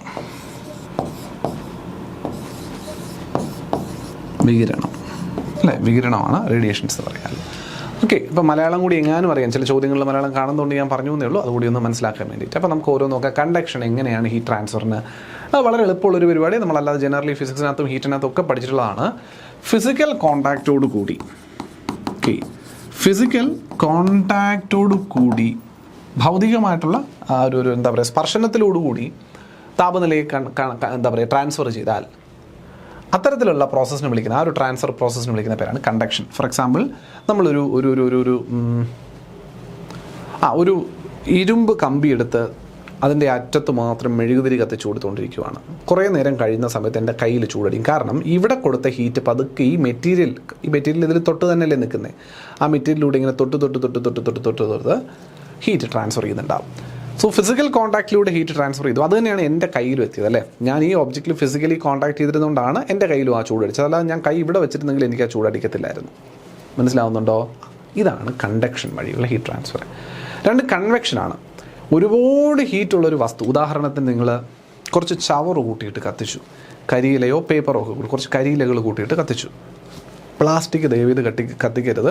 പ്ലാസ്റ്റിക് കത്തിക്കുന്നതിനേക്കാളും ഹാനികരമാണ് അത് ശ്വസിക്കുമ്പോൾ. അതുകൊണ്ട് അത് ഹരിതകർമ്മയ്ക്ക് സേനയ്ക്ക് കൊടുത്ത് 50 രൂപ കൊടുത്താലും വേണ്ടൂല, 50,000 രൂപ കൊടുത്ത് ചികിത്സ ചെയ്യാതിരിക്കണമെങ്കിൽ ആ 50 രൂപ കൊടുക്കാനായിട്ട് നിങ്ങൾ ശ്രദ്ധിക്കുക. ഒരു കാരണവശാലും വീട്ടിൽ ആരെങ്കിലും പ്ലാസ്റ്റിക് അറിഞ്ഞോ അറിയാതെയോ ഹരിതകർമ്മ സേനയ്ക്ക് 50 രൂപ കൊടുക്കാൻ മടിച്ച് പലരും കത്തിച്ച് കളയുന്നതിനെ പറ്റിയിട്ടൊക്കെ ഞാൻ കേൾക്കാറൊക്കെ ഉണ്ട്. ഈ എന്താ പറയുക, അതുകൊണ്ടാണ് അവർ പുതിയൊരു നിയമം കൊണ്ടുവന്ന് നിങ്ങൾ കൊടുത്താലും കൊടുത്തില്ലെങ്കിലും 50 രൂപ കൊടുക്കണം. വേസ്റ്റ് കൊടുത്താലും കൊടുത്തില്ലെങ്കിലും അവർക്ക് 50 രൂപ കൊടുക്കുക എന്ന് പറഞ്ഞിട്ടുണ്ട്. അങ്ങനെ വരുമ്പോൾ എന്തായാലും കൊടുക്കണമല്ലോ എന്ന് കരുതിയിട്ടെങ്കിലും ആൾക്കാരിത് കത്തിക്കാതിരിക്കും എന്ന് കരുതിയിട്ടാണ്. അങ്ങനെ വന്നതുകൊണ്ട് പലരും പിന്നെ ഇവർക്ക് കൊടുക്കുന്നതും കാണാറുണ്ട് കേട്ടോ, കത്തിക്കാതെ. എനിഹോ നിങ്ങളുടെ ആരെങ്കിലും വീട്ടിലോ പരിസരത്തോ ഒക്കെ ഈ പ്ലാസ്റ്റിക് എങ്ങാനും കത്തിക്കുന്ന സ്മെല്ലോ പ്ലാസ്റ്റിക് കത്തിക്കുകയോ കാണുകയാണെങ്കിൽ പരമാവധി അവരെ വിലക്കുക. ക്യാൻസർ ഉണ്ടാകാൻ അതിനപ്പുറം ഒന്നും വേണ്ട. പ്രത്യേകിച്ച് കുട്ടികളൊക്കെ ഉള്ള സ്ഥലങ്ങളിൽ പോലും ആൾക്കാർ ഇങ്ങനെ ചെയ്യുന്നത് ഞാൻ കാണാറുണ്ട്. പോട്ടെ, തിരിച്ചു വരാം. അപ്പോൾ ഈ തീയിടുന്ന സമയത്ത്, ചവറ് കൂട്ടിയിട്ട് തീയിടുന്ന സമയത്ത് നിങ്ങൾ അടുത്ത് നിന്നാൽ തന്നെ നിങ്ങൾക്ക് ചൂടെടുക്കും. ശരിയല്ലേ? നിങ്ങൾ ആ തീ കത്തിച്ചിട്ട് നല്ല പോലെ ആളിക്കത്തുന്ന, അത് തീയുടെ വലിപ്പം പോലെ ഇരിക്കും അല്ലേ, ആ തീ കത്തുന്നതിൻ്റെ വലിപ്പം പോലെ ഇരിക്കും. നിങ്ങൾ ആ തീ കത്തിച്ചിട്ട് കുറച്ച് അകലെ മാറി നിന്നാൽ പോലും ഒരു വടിയൊക്കെ എടുത്ത് അതിനിങ്ങനെ ഒന്ന് റെഡിയാക്കി ഇട്ട് കൊടുക്കാൻ ഒരു വടിയൊക്കെ എടുത്ത് വെച്ച് നിൽക്കുമായിരിക്കും. പക്ഷേ അടുത്ത് നിൽക്കുമ്പോൾ പോലും നിങ്ങൾക്ക് വളരെയധികം ചൂട് അനുഭവപ്പെടുന്നുണ്ടാകും. ആ ചൂട് അനുഭവപ്പെടുന്ന പരിപാടി കൺവെക്ഷനാണ്. എന്ത് പരിപാടിയാണ്? കൺവെക്ഷൻ. ഇപ്പം എന്താ കൺവെക്ഷൻ എന്ന് പറഞ്ഞാൽ, ഇപ്പം നമ്മുടെ ഭൂമിയുടെ കാര്യം നോക്കി, അതായത് ഈ ചൂടുള്ള സ്രോതസ് ഏതാണോ ആ സ്രോതസ്സിനടുത്തുള്ള മോളിക്യൂൾസിലേക്ക് ഈ ഹീറ്റ് ട്രാൻസ്ഫർ ചെയ്യപ്പെടുകയും അത് ഏത് പ്രോസസ്സ് വഴിയായിരിക്കും? കണ്ടക്ഷൻ വഴിയായിരിക്കും. ആ മോളിക്യൂൾസ് ഹീറ്റ് ആയതുകൊണ്ട് തന്നെ അവിടെ നിന്ന് മൂവ് ചെയ്ത് മാറും. പ്രത്യേകിച്ച് മുകളിലോട്ടൊക്കെ പോകും, മൂവ് ചെയ്ത് മാറുന്ന പ്രോസസ്സ്. അപ്പം മോളിക്യൂൾസ് മൂവ് ചെയ്യും. അവിടെ ടച്ച് മോളിക്യൂൾസ് അടുത്തുള്ള മോളിക്യൂളിലേക്ക് ഹീറ്റ് ട്രാൻസ്ഫർ ചെയ്യുന്നതല്ല, ചൂടായ മോളിക്യൂൾ അവിടെ നിന്ന് നീങ്ങി മാറും. അങ്ങനെ നീങ്ങി മാറുന്നത് കൊണ്ട് ഈ മോളിക്യൂൾസ് എത്തുന്ന സ്ഥലം ചൂടാകുന്നത് കാണാൻ സാധിക്കും. ശരിയല്ലേ? കാരണം ചൂടുള്ള മോളിക്യൂൾസ് ഇവിടെ എത്തി എന്നുള്ളത് കൊണ്ട്. അപ്പോൾ അങ്ങനെ ചൂടുള്ള മോളിക്യൂൾസിൻ്റെ മൂവ്മെൻറ്റ് കാരണം ഒരു പ്രദേശത്തിൽ നിന്ന് മറ്റൊരു പ്രദേശത്തിലേക്ക് ഹീറ്റ് കൈമാറ്റം ചെയ്യപ്പെടുന്ന പ്രോസസ്സിന് വിളിക്കുന്ന പേരാണ് കൺവെക്ഷൻ എന്ന് പറയുന്നത്. പൊതുവേ കൺവെക്ഷൻ ഈ വെർട്ടിക്കൽ മൂവ്മെൻ്റ് ആണ്. ഭൂമിയുടെ സർഫസ്, ആ സർഫസിൽ നിന്നുള്ള ഹീറ്റ് മോളിക്യൂൾസിനെ കിട്ടി, ആ മോളിക്യൂൾസ് ഹീറ്റഡ് ആയി കഴിഞ്ഞാൽ ആ മോളിക്യൂൾസ് മുകളിലോട്ട് പോകും. ഇതാണ് കൺവെക്ഷൻ. ഇനി കാറ്റോ മറ്റോ അടിക്കുന്ന സമയത്ത് ഈ മോളിക്യൂൾസ് ഹൊറിസോണ്ടലായിട്ട് മൂവ് ചെയ്താലോ അതിനെ വിളിക്കുന്ന പേരാണ് അഡ്വെക്ഷൻ. കിട്ടിയോ? തിരശ്ചീനമായിട്ടുള്ള ചലനത്തെ വിളിക്കുന്ന പേര് അഡ്വെക്ഷൻ. ഇത് സർഫസിന് പാരലായിട്ട് അതിങ്ങനെ കാറ്റടിക്കുന്ന വഴി ഹൊറിസോണ്ടൽ മൂവ്മെൻറ്റ് ചെയ്യും. അപ്പോൾ vertical movement of heat transfer by molecular movement ആണെങ്കിൽ അത് കൺവെക്ഷനും, horizontal movement of heat transfer by actual motion of molecules ആണെങ്കിൽ അത് അഡ്വെക്ഷനുമാണെന്ന് മനസ്സിലാക്കുക. ഇതിൽ മൂന്നാമത്തെ ആൾ ടെറസ്ട്രിയൽ റേഡിയേഷനാണ്. റേഡിയേഷൻ മാധ്യമം ഉണ്ടെങ്കിലും ഇല്ലെങ്കിലും ഹീറ്റ് ട്രാൻസ്ഫർ ചെയ്യുന്ന മാധ്യമത്തിൻ്റെ ഒരു ആവശ്യമില്ലാതെ ഹീറ്റിന് പുറത്തേക്ക് പോകാൻ പറ്റുന്നൊരു പ്രതിഭാസത്തെ വിളിക്കുന്ന പേരാണ് റേഡിയേഷൻസ്, വികിരണം എന്നുകൂടി മനസ്സിലാക്കാം. റേഡിയേഷൻ, വികിരണം എന്നൊക്കെ പറയുന്നത് മനസ്സിലാക്കിയിരിക്കാം. അപ്പോൾ ഇതാണ് 4 തരത്തിലുള്ള പ്രോസസ്സ് എന്ന് പറയുന്നത്: conduction, convection, advection and radiation എന്ന് പറയുന്ന കണ്ടീഷൻസ്. ഓക്കെ, അതിൻ്റെ ഓരോന്നിൻ്റെയും ഒരു വിശദീകരിക്കപ്പെട്ടിരിക്കുന്ന ഒരു നോട്ടാണ് നിങ്ങൾക്ക് ഇവിടെ തന്നിരിക്കുന്നത്. കണ്ടക്ഷൻ എന്താണ് എന്നുള്ള രീതിയിൽ പറയുന്നതാണ്. Occurs when the air in direct contact with the heated land gains warmth slowly. Heat is then transferred from these layers to the upper layers of the air. അല്ലേ? കോണ്ടാക്റ്റിലൂടെയുള്ള. Convection, when the air in contact with earth is heated, it rises vertically in the form of currents. This vertical movement transmits heat further into the atmosphere. പഠിച്ചു. 3. Advection refers to the transfer of heat through horizontal movement of air. In middle latitudes, most diurnal variations in daily weather are caused by advection. അല്ലെ, ഡയurnal variations, ദൈനികമായിട്ടുള്ള താപവ്യത്യാസങ്ങളൊക്കെ ഈ കാറ്റ്, ചൂട് അങ്ങോട്ടും ഇങ്ങോട്ടൊക്കെ വീശുന്നത് കാരണമല്ലേ ഉണ്ടാവുക എന്നുള്ളതാണ്. നമ്മുടെ ലൂ എന്ന് പറയുന്ന കാറ്റിനെ പറ്റിയിട്ടൊക്കെ അഡ്വെക്ഷൻ പ്രോസസ്സ് കാരണമുണ്ടാകുന്നതായിട്ട് നമുക്ക് പറയാൻ പറ്റുന്ന ഉഷ്ണമേഖലാ കാറ്റായ, ഉഷ്ണക്കാറ്റായ ലൂ ഒക്കെ ഇന്ത്യയിൽ കാണുന്ന കാറ്റൊക്കെ അത് നമ്മൾ പിന്നീട് പഠിക്കും.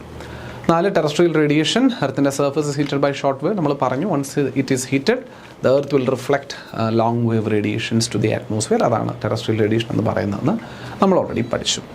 The process by which earth surface reemits energy in the form of long wave radiation is known as terrestrial radiation. പഠിച്ചതാണ്, അറിയാം. Due to the absorption of this radiation by the atmospheric gases mentioned above, the atmosphere becomes warmer. അതിനെയാണ് green house effect എന്ന് വിളിക്കുന്നതെന്നും നമ്മൾ പഠിച്ചു. അപ്പോൾ green house effect actually നല്ല ആൾ തന്നെയാണ്, നമുക്ക് ആവശ്യമുള്ള ആൾ തന്നെയാണ്. പക്ഷേ ഇവൻ അപകടമാകുന്നത് ഇവൻ്റെ അളവ് ഒരുപാട് ക്രമാതീതമായിട്ട് കൂടുമ്പോഴാണ് ഇതൊരു അപകടകാരിയായി മാറുന്നത്. ഓക്കെ, ഇനി നമുക്ക് ഈ ഗ്ലോബൽ ഹീറ്റ് ബജറ്റ് നോക്കണം. ഹീറ്റ് ബജറ്റ് എന്ന് പറഞ്ഞാൽ ഭൂമിയിൽ എത്രത്തോളം ചൂട് വരുന്നു, അത് ആരൊക്കെ എങ്ങനെയൊക്കെ അബ്സോർബ് ചെയ്തു, എത്രത്തോളം തിരിച്ചു പോകുന്നു. അപ്പോൾ പൊതുവേ നമ്മൾ ഈ ബജറ്റ് എന്ന് പറഞ്ഞു കഴിഞ്ഞാൽ എന്താ സൂചിപ്പിക്കുന്നത്? ഒരു വരവ് ചിലവ് കണക്കാണല്ലോ. ബജറ്റ് എന്ന് പറഞ്ഞാൽ essentially it is A financial statement representing total income and total expenses. എനിക്ക് എത്ര വരുന്നു, എത്ര ചിലവാകുന്നു എന്നുള്ളതാണ് ബജറ്റ് എന്ന് പറയുന്നത്. ഹീറ്റ് ബജറ്റ് എന്ന് പറഞ്ഞാൽ ഹീറ്റ് എത്ര വരുന്നു, ഹീറ്റ് എത്ര പോകുന്നു എന്നുള്ളതിൻ്റെ ഒരു സൂചനയാണ് എന്നുള്ള രീതിയിൽ നമുക്ക് മനസ്സിലാക്കിയെടുക്കാൻ സാധിക്കും കേട്ടോ. അപ്പോൾ ഭൂമിയിലേക്ക് ഒരു 100 യൂണിറ്റ് സൗര തരംഗങ്ങൾ ഭൂമിയിലേക്ക് വരുന്നു എന്ന് കരുതുക. സൗരവികിരണം ഒരു 100% അല്ലെങ്കിൽ 100 യൂണിറ്റ് താഴേക്ക് വന്നാൽ അതിനകത്ത് എത്ര യൂണിറ്റ് എവിടെയൊക്കെ പോകുന്നു എന്നുള്ളതാണ് നമ്മൾ നോക്കുന്നത്. അപ്പോൾ ഭൂമിയിലേക്ക് വരുന്ന വഴി തന്നെ അന്തരീക്ഷത്തിൽ മേഘങ്ങളും മറ്റു കാര്യങ്ങളും ഒക്കെ ഉണ്ട്. ഡസ്റ്റ് പാർട്ടിക്കിൾസും മേഘങ്ങളും എല്ലാം അന്തരീക്ഷത്തിലുണ്ട്. അതിനെയൊക്കെ താണ്ടിയാണ് അത് ഭൂമിയിലെ ഉപരിതലത്തിലേക്ക് എത്തുന്നത്. അപ്പോൾ ഞാൻ പറഞ്ഞൊരു കാര്യമനുസരിച്ചിട്ട് ഈ ഹ്രസ്വതരംഗങ്ങളാണ് സൂര്യനിൽ നിന്നും ഇങ്ങോട്ടേക്ക് വരുന്നത്. പക്ഷേ ദൈർഘ്യമേറിയ ദീർഘതരംഗങ്ങളെയാണ് നമ്മുടെ അന്തരീക്ഷം കൂടുതൽ അബ്സോർബ് ചെയ്യുക എന്ന് പറഞ്ഞുവെങ്കിലും അക്കൂട്ടത്തിൽ ഞാനൊരു കാര്യം സൂചിപ്പിച്ചു. ഹ്രസ്വതരംഗങ്ങൾ ചെറിയ തോതിൽ അബ്സോർബ് ചെയ്യുമെന്ന് പറഞ്ഞു. So out of the 100 units from the sun, സൂര്യനിൽ നിന്നും വരുന്ന 100 യൂണിറ്റിൽ 35 റിഫ്ലക്റ്റഡ് ബൈ ദി ക്ലൗഡ്സ്. അതായത് സൂര്യനിൽ നിന്ന് ഭൂമിയിലേക്ക് വരുന്നതിൽ 35 യൂണിറ്റിൽ 100 യൂണിറ്റ് വന്നുവെങ്കിൽ 35 യൂണിറ്റിന് ഇപ്പോൾ ശതമാനം കണക്ക് വെച്ച് വേണമെങ്കിൽ പറഞ്ഞോ, കുഴപ്പമില്ല. അപ്പോൾ 100 യൂണിറ്റ് വന്നതിൽ 35 യൂണിറ്റിനെ ക്ലൗഡ്സ് നിരുപാധികം റിഫ്ലക്റ്റ് ചെയ്ത് കളഞ്ഞു. ക്ലൗഡ്സിൻ്റെ കളർ നമുക്കറിയാം, ഏറെക്കുറെ വെള്ള കളറാണ്. വെള്ള കളർ ലൈറ്റിനെ റിഫ്ലക്റ്റ് ചെയ്യും. White reflects light. അപ്പോൾ അതുകൊണ്ട് തന്നെ 35% സൂര്യനിൽ നിന്നും ഓൾറെഡി വന്നതിൽ 35% ക്ലൗഡ്സിൽ തട്ടി തന്നെ റിഫ്ലക്റ്റ് ചെയ്ത് തിരിച്ചുപോയി അല്ലേ.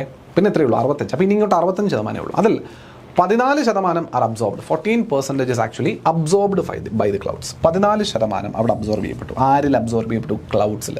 ഷോർട്ട് വേവ് ആണ്, അതിനെ ക്ലൗഡ്സ് അബ്സോർബ് ചെയ്തത് 14% അല്ലേ.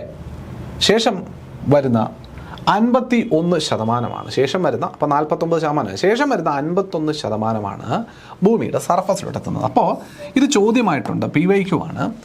സൂര്യനിൽ നിന്നും വരുന്ന കിരണത്തിൻ്റെ അതായത് സൂര്യൻ്റെ ഇൻസുലേഷൻ, സോളാർ ഇൻസുലേഷൻ്റെ എത്ര ശതമാനമാണ് ശരിക്കും ഭൗമോപരിതലത്തിൽ അല്ലെങ്കിൽ ഭൂമിയുടെ ഉപരിതലത്തിൽ എത്തിച്ചേരുന്നതെന്ന് ചോദിച്ചാൽ കേവലം 51% മാത്രമാണെന്ന് പഠിച്ചിരിക്കുന്നത്. അപ്പോൾ ഭൂമിയുടെ സർഫസിലേക്ക് എത്തുന്ന സോളാർ റേഡിയേഷൻസിൻ്റെ amount 51% of the total incoming radiation അല്ലെങ്കിൽ ടോട്ടൽ ഇൻസുലേഷൻ ആണെന്ന് മനസ്സിലാക്കാം. ക്ലിയർ ആണോ മക്കളെ?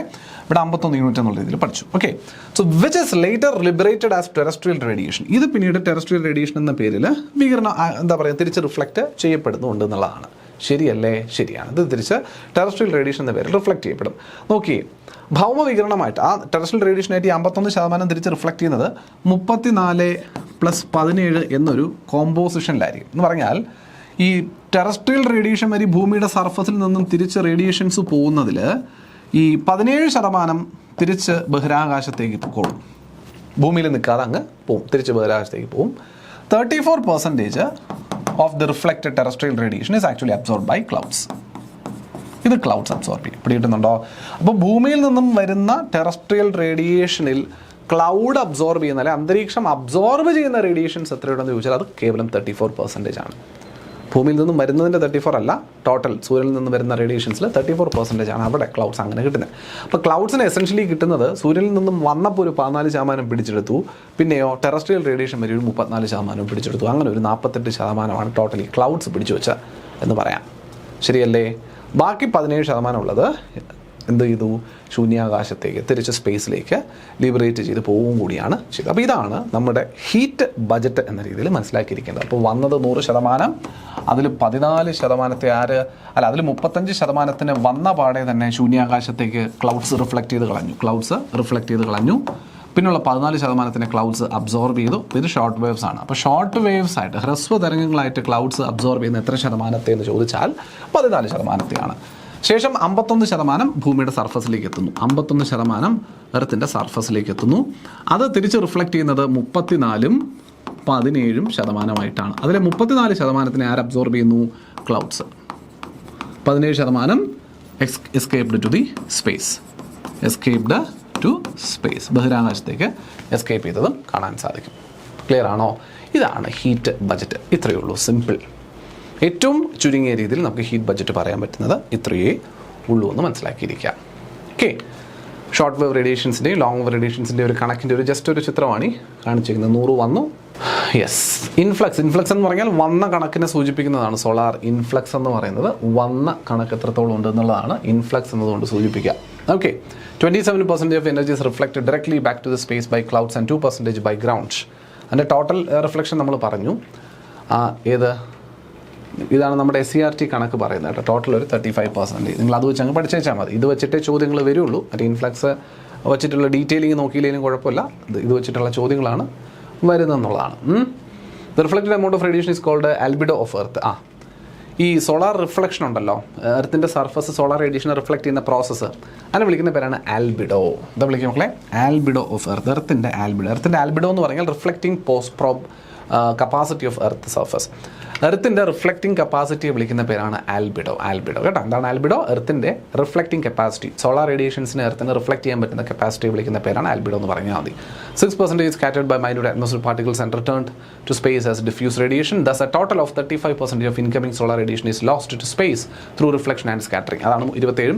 പിന്നെ ഒരു 6% കാര്യം നമ്മൾ പറഞ്ഞു. അങ്ങനെ ഒരു 35% മൊത്തത്തിൽ പോകുന്നുണ്ട് എന്നുള്ളതാണ് കേട്ടോ. 35, അതായത് പിന്നെ 2% ക്ലൗഡ്സ് അല്ലാതെ റിഫ്ലക്ട് ചെയ്യുന്നുണ്ട്. അങ്ങനെ ടോട്ടൽ 35% നമ്മൾ പറഞ്ഞത്. സോ ഇനി നിങ്ങൾ ആ 35ൻ്റെ കണക്ക് മാത്രം പഠിച്ചിരുന്നാൽ മതി. അതിനുള്ളിലുള്ള ഡെപ്തിലേക്ക് പോകേണ്ട ആവശ്യം വരുന്നില്ല. അത് ജസ്റ്റ് ഒന്ന് അറിയാൻ വേണ്ടി ഞാനൊന്ന് നോട്ടിൽ ഇൻക്ലൂഡ് ചെയ്തേ ഉള്ളൂ. അത്രയും ഡെപ്തിലേക്ക് പോയില്ലെങ്കിലും കുഴപ്പമില്ല. 14% is absorbed by ozone layer and water vapor in the clouds of the atmosphere. അപ്പോൾ അറ്റ്മോസ്ഫിയറിലെ ഓസോൺ ലെയറും നമ്മുടെ ക്ലൗഡ്സിലുള്ള വാട്ടർ വേപ്പറും കൂടെ ചേർന്ന് ഒരു 14% അബ്സോർബ് ചെയ്യും. 17% reaches the earth surface as diffuse radiation after being scattered. അന്തരീക്ഷത്തിലെ സ്കാറ്ററിംഗ് ഉണ്ടല്ലോ, ആകാശത്തിന് നീല നിറമൊക്കെ കൊടുക്കുന്ന process, scattering of the light rates. ആ സ്കാറ്ററിംഗ് ഒക്കെ കഴിഞ്ഞൊരു 17% ഈ പറയുന്ന സ്കാറ്ററിങ്ങിന് ശേഷം ഡിഫ്യൂസ്ഡ് റേഡിയേഷൻസ് ആയിട്ട് എവിടെ എത്തുന്നു പറയുന്നുണ്ട്? ഭൂമിയുടെ സർഫസിലേക്ക് എത്തുന്നുണ്ട്. 34% reaches earth surface as direct radiation. 34% എങ്ങനെയും എത്തും? ഡയറക്റ്റ് റേഡിയേഷൻ ആയിട്ടും എത്തും. അപ്പോൾ നമ്മൾ ശരിക്കും 51% ഭൂമിയുടെ സർഫസിലേക്ക് എത്തി എന്ന് നമ്മൾ പറഞ്ഞുവല്ലോ. ആ 51% ഭൂമിയിലേക്ക് എത്തിയത് എത്ര പാർട്ടായിട്ടാണ്? ഒരു 17%വും ഒരു 34%വുമായിട്ടാണ് എത്തിയിരിക്കുന്നത്. അതിൽ ഈ 17% എന്ന് പറയുന്നത് ഡിഫ്യൂസ്ഡ് റേഡിയേഷൻസ് ആയിട്ട് എത്തിയത്, അല്ലെങ്കിൽ അന്തരീക്ഷത്തിലെ സ്കാറ്ററിങ് മറ്റു കാര്യങ്ങളൊക്കെ നടന്നു എന്ന് പറയില്ലേ, ആ സ്കാറ്ററിങ്ങും മറ്റുമൊക്കെ നടന്നതിന് ശേഷം വന്നിരിക്കുന്ന റേഡിയേഷൻസ് ആണ് ഈ 17% എന്ന് പറയുന്നത്. അപ്പോൾ ആഫ്റ്റർ സ്കാറ്ററിങ് അന്തരീക്ഷത്തിലെ ഈ ഘടകങ്ങളിൽ ചിതറിപ്പോകുന്ന പരിപാടി, അതാണ് സ്കാറ്ററിംഗ് എന്ന് പറയുന്നത്. അതിനുശേഷം വന്നത് 17%. അപ്പം നേരിട്ടല്ലാതെ ഡയറക്റ്റ് റേഡിയേഷൻ എന്ന രീതിയിൽ തന്നെ വന്നത് എത്ര ശതമാനമേ ഉള്ളൂ? 34%മാണ് ഭൂമിയുടെ സർഫസിലെത്തിയത്. ചോദിച്ചത് ഈ ഒരു ഡീറ്റെയിലിംഗ് ചോദിച്ചിട്ടില്ല, ഇത് വെച്ചിട്ടുള്ള ചോദ്യം വന്നേക്കുന്നത്. പക്ഷേ ഇൻ ഡീറ്റെയിൽ ചോദിച്ചാൽ ഒന്ന് അറിഞ്ഞിരുന്നേക്കുക, ഇങ്ങനൊരു വസ്തുതയുണ്ടെന്നുള്ളത്. So the total become 100%. ഇങ്ങനെയാണ് മൊത്തത്തിൽ എത്ര ശതമാനം വന്നത്? 100%. Thus on world wide average 35 is returned to space, 14 is retained in the atmosphere, and 51 of these solar radiation eventually received the earth surface. ഇതാണ് നമ്മൾ ആദ്യത്തതിനകത്ത് നമ്മുടെ NCERT അത് കൊടുത്തിരുന്നത്. അതുകൊണ്ട് ഇതാണ് അങ്ങനെയുള്ള അതായത് ഒരു സമപ്പ് പറയുമ്പോൾ ഇത്രയേ ഉള്ളൂ. 35% ആദ്യമേ പോയി, 14% ക്ലൗഡ്സ് അബ്സോർബ് ചെയ്തു, 51% ഭൂമിയുടെ സർഫസിലെത്തി, കഴിഞ്ഞു. ക്ലിയർ അല്ലേ? 35, 14, 49, 49ഉം 51ഉം കൂടുമ്പോൾ എത്രയായി? 49 കൂടുമ്പോൾ 100ആയി. ഇങ്ങനെയാണ് ആ ഒരു 100% ഡിസ്ട്രിബ്യൂട്ട് ചെയ്തിരിക്കുന്നത്. അതിൻ്റെ ഡീറ്റെയിൽഡ് ഡിസ്ട്രിബ്യൂഷനാണ് നിങ്ങൾ മുകളിൽ കണ്ടത്. ക്ലിയർ അല്ലേ? Yes. Because earth energy budget is equilibrium, the 51% received at the surface is ultimately returned to the atmosphere by the process that we now examine. കാരണം ഈ എർത്തിൻ്റെ ഇക്വിലിബ്രിയം കണ്ടീഷൻ മെയിൻറ്റെയിൻ ചെയ്യുന്നു, ചൂട് കൂടുമില്ല കുറയുന്നില്ല, ആ ഒരു കണ്ടീഷൻ മെയിൻറ്റെയിൻ ചെയ്യുന്നതുകൊണ്ട് തന്നെ ഈ വന്ന 51% തിരിച്ച് എന്ത് ചെയ്യുന്നുണ്ട്? പോകുന്നുണ്ട്. അതാണ് ഈ 34, 17 തിരിച്ചു പോകുന്നതിനെ പറ്റി നമ്മൾ കണ്ടത്. സോ ഇതുകൊണ്ടാണ് ആ ഒരു ഹീറ്റ് ബഡ്ജറ്റ് ഇവിടെ മെയിൻറ്റെയിൻ ചെയ്തിരിക്കുന്നത്. അല്ലെങ്കിൽ ഹീറ്റ് കൂടിക്കൊണ്ടിരിക്കാതെ സർഫസിലെ ഹീറ്റ് ഒരു പരിധി കൂടുതൽ കൂടാണ്ട് നിലനിൽക്കുന്നതിന് കാരണം ഈ റിഫ്ലക്ഷനാണ്, തിരിച്ചു പോകുന്ന ഘടകമാണെന്നുള്ളതാണ്. അപ്പോൾ ആ ഒരു ഔട്ട്ഫ്ലക്സും കൂടി നമുക്ക് പോകാം, ആ തിരികെ പോകുന്ന ഘടകം കൂടി നമുക്ക് നോക്കാം. ആ ഒരു ഔട്ട്ഫ്ലക്സും കൂടി ജസ്റ്റ് നോക്കുകയാണ്. We have seen that approximately 51% of the solar energy reaches Earth's surface. Kandu. Approximately 23% of this energy is emitted by Earth in form of long wave radiation. ഇതിൽ 23% long wave radiations ആയിട്ട് emit ചെയ്യുന്നു. This 23 includes the net loss of 17% directly to outer space. ഈ 23-ൽ എന്തുൾപ്പെടുന്നു? 17% നേരെ ബഹിരാകാശത്തേക്ക് പോകുമെന്ന് പറഞ്ഞില്ലേ? ഭൂമിയിൽ നിന്ന് reflect ചെയ്ത് പോകുന്ന റേഡിയേഷൻസിൽ 17% നേരെ ബഹിരാകാശത്തേക്കാണ് നമ്മൾ പറഞ്ഞു, അത് ഇതിനകത്ത് പെടുന്നുണ്ട്. And other 6 is captured by the atmosphere. അപ്പോൾ ഈ 23% നമ്മൾ ചുമ്മാ അഡീഷണലി പറയുന്നതാണ്. നേരത്തെ പറഞ്ഞ കണ്ടന്റിൻ്റെ അഡീഷണൽ ആയിട്ട് ഒരു എന്താ പറയുക, ഒരു ഡീറ്റെയിലിംഗ് പറയുന്നതാണ്. 23% ലോങ് വേവ് റേഡിയേഷൻസ് ആയിട്ട് വരുന്നു. അതിൽ 17% ഈ പറയുന്ന സ്പേസിലോട്ട് പോകുന്നതാണ് എന്ന് പറയുന്നുണ്ട്. പിന്നെ ഉള്ള 6% അറ്റ്മോസ്ഫിയർ ക്യാപ്ചർ ചെയ്യുന്നു. In addition, there is a net transfer back to the lower atmosphere of 9 of the 51%. Conduction convection വഴിയൊക്കെ ഒരു 9% നമ്മുടെ ലോവർ അറ്റ്മോസ്ഫിയറിലേക്ക് എത്തുന്നു. The remaining 19% returns to the atmosphere through the release of the latent heat of condensation.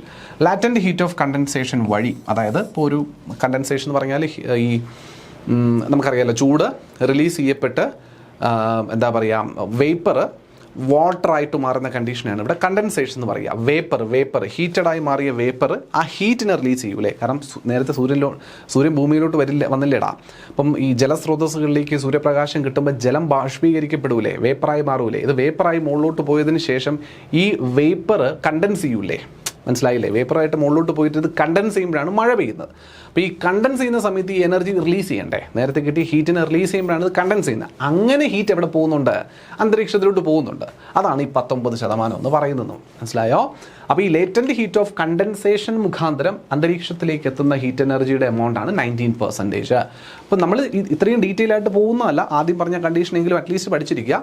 ഇത് മനസ്സിലാക്കാൻ സാധിക്കുന്നവർ ഒരല്പം കൂടി ഡെപ്തിൽ നോക്കണം എന്നുള്ളവർ മാത്രം ഈ ഒരു കണ്ടീഷൻ ഓർത്തിരിക്കുക. അപ്പോൾ ഈ ഭൂമിയിൽ നിന്ന് ബാഷ്പീകരിക്കപ്പെട്ട് പോകുന്ന ജലകണികകളിൽ ഉണ്ടാകുന്ന കണ്ടൻസേഷൻ പോലും അന്തരീക്ഷത്തിൽ ചൂട് കൊടുക്കുന്നുണ്ടെന്നുള്ളതാണ്. അപ്പോൾ ഇതൊക്കെ ഭൂമിയിലേക്ക് വന്ന ഹീറ്റിൻ്റെ ഘടകമല്ലേ. ഭൂമിയുടെ സർഫസിലെത്തിയ ഹീറ്റാണല്ലോ ഭൂമിയുടെ സർഫസിലുള്ള വെള്ളത്തിനെ ഇവോപ്പറേറ്റ് ചെയ്യുന്നത്. അതുകൊണ്ടാണ് ആ കൂട്ടത്തിൽ നമ്മളിതിനെ പെടുത്തുന്നത് എന്നുള്ളതാണ്. Thus, the total energy returned from Earth becomes 51%. There has been no long-term gain or loss. അതായത് നഷ്ടവും ഇല്ല നേട്ടവും ഇല്ല ഭൂമിയുടെ സർഫസിന് എന്നുള്ളതാണ്. കിട്ടിയത് അത്രയും എന്ത് ചെയ്യുകയും ചെയ്ത് തിരിച്ച് പോയിട്ടുണ്ട്. Therefore, at the Earth's surface, the heat energy budget is in balance. And this explains why the Earth neither warms up nor cools down despite the huge transfer of heat from sun. ഇത്രയും സൂര്യനിൽ നിന്ന് ചൂട് വന്നിട്ടും ഈ ഭൂമിയുടെ താപനില കൂടുകയോ കുറയുകയോ ചെയ്ത് നിലനിൽക്കുന്നതിന് കാരണം ഇത്തരത്തിൽ ഈ ഹീറ്റിന് എന്ത് ചെയ്യുന്നുണ്ട്? മാനേജ് ചെയ്യപ്പെടുന്നുണ്ട്. ഹീറ്റ് വരുന്നതിനെയും തിരിച്ചു പോകുന്നതിനെയും കൺട്രോൾ ചെയ്തുകൊണ്ട് നിൽക്കുന്നു എന്നുള്ളതാണ് മനസ്സിലാക്കിയിരിക്കുക. ക്ലിയർ അല്ലേ മക്കളെ?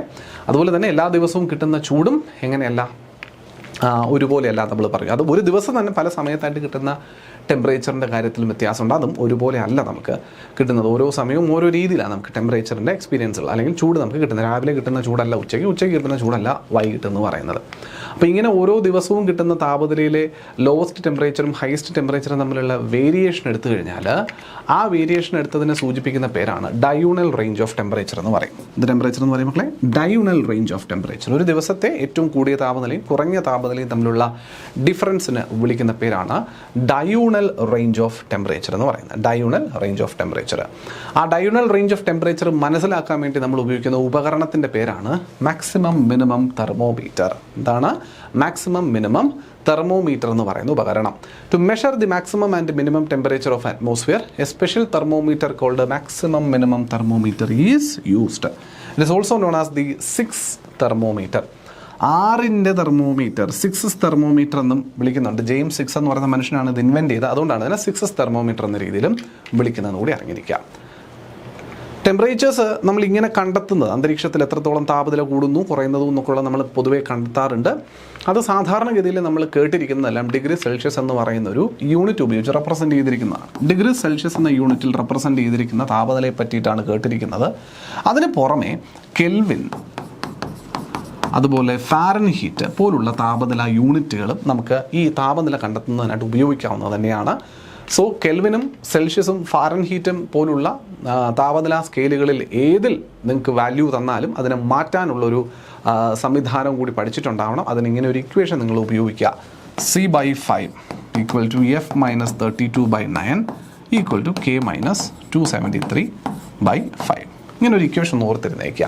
ഇപ്പോൾ സെൽഷ്യസ്, ഇപ്പോൾ ഇതിലേതെങ്കിലുമൊക്കെ 2 പേരെ ഒരാളെ തന്നിട്ടുണ്ട്, മറ്റേ ആളെ കണ്ടുപിടിക്കും. ഇപ്പോൾ സെൽഷ്യസിൽ ടെമ്പറേച്ചർ തന്നു, ഫാരൻഹീറ്റ് കണ്ടുപിടിക്കണം. ഈ 2 പേരെയും തമ്മിൽ ഇക്വേറ്റ് ചെയ്താൽ എളുപ്പം.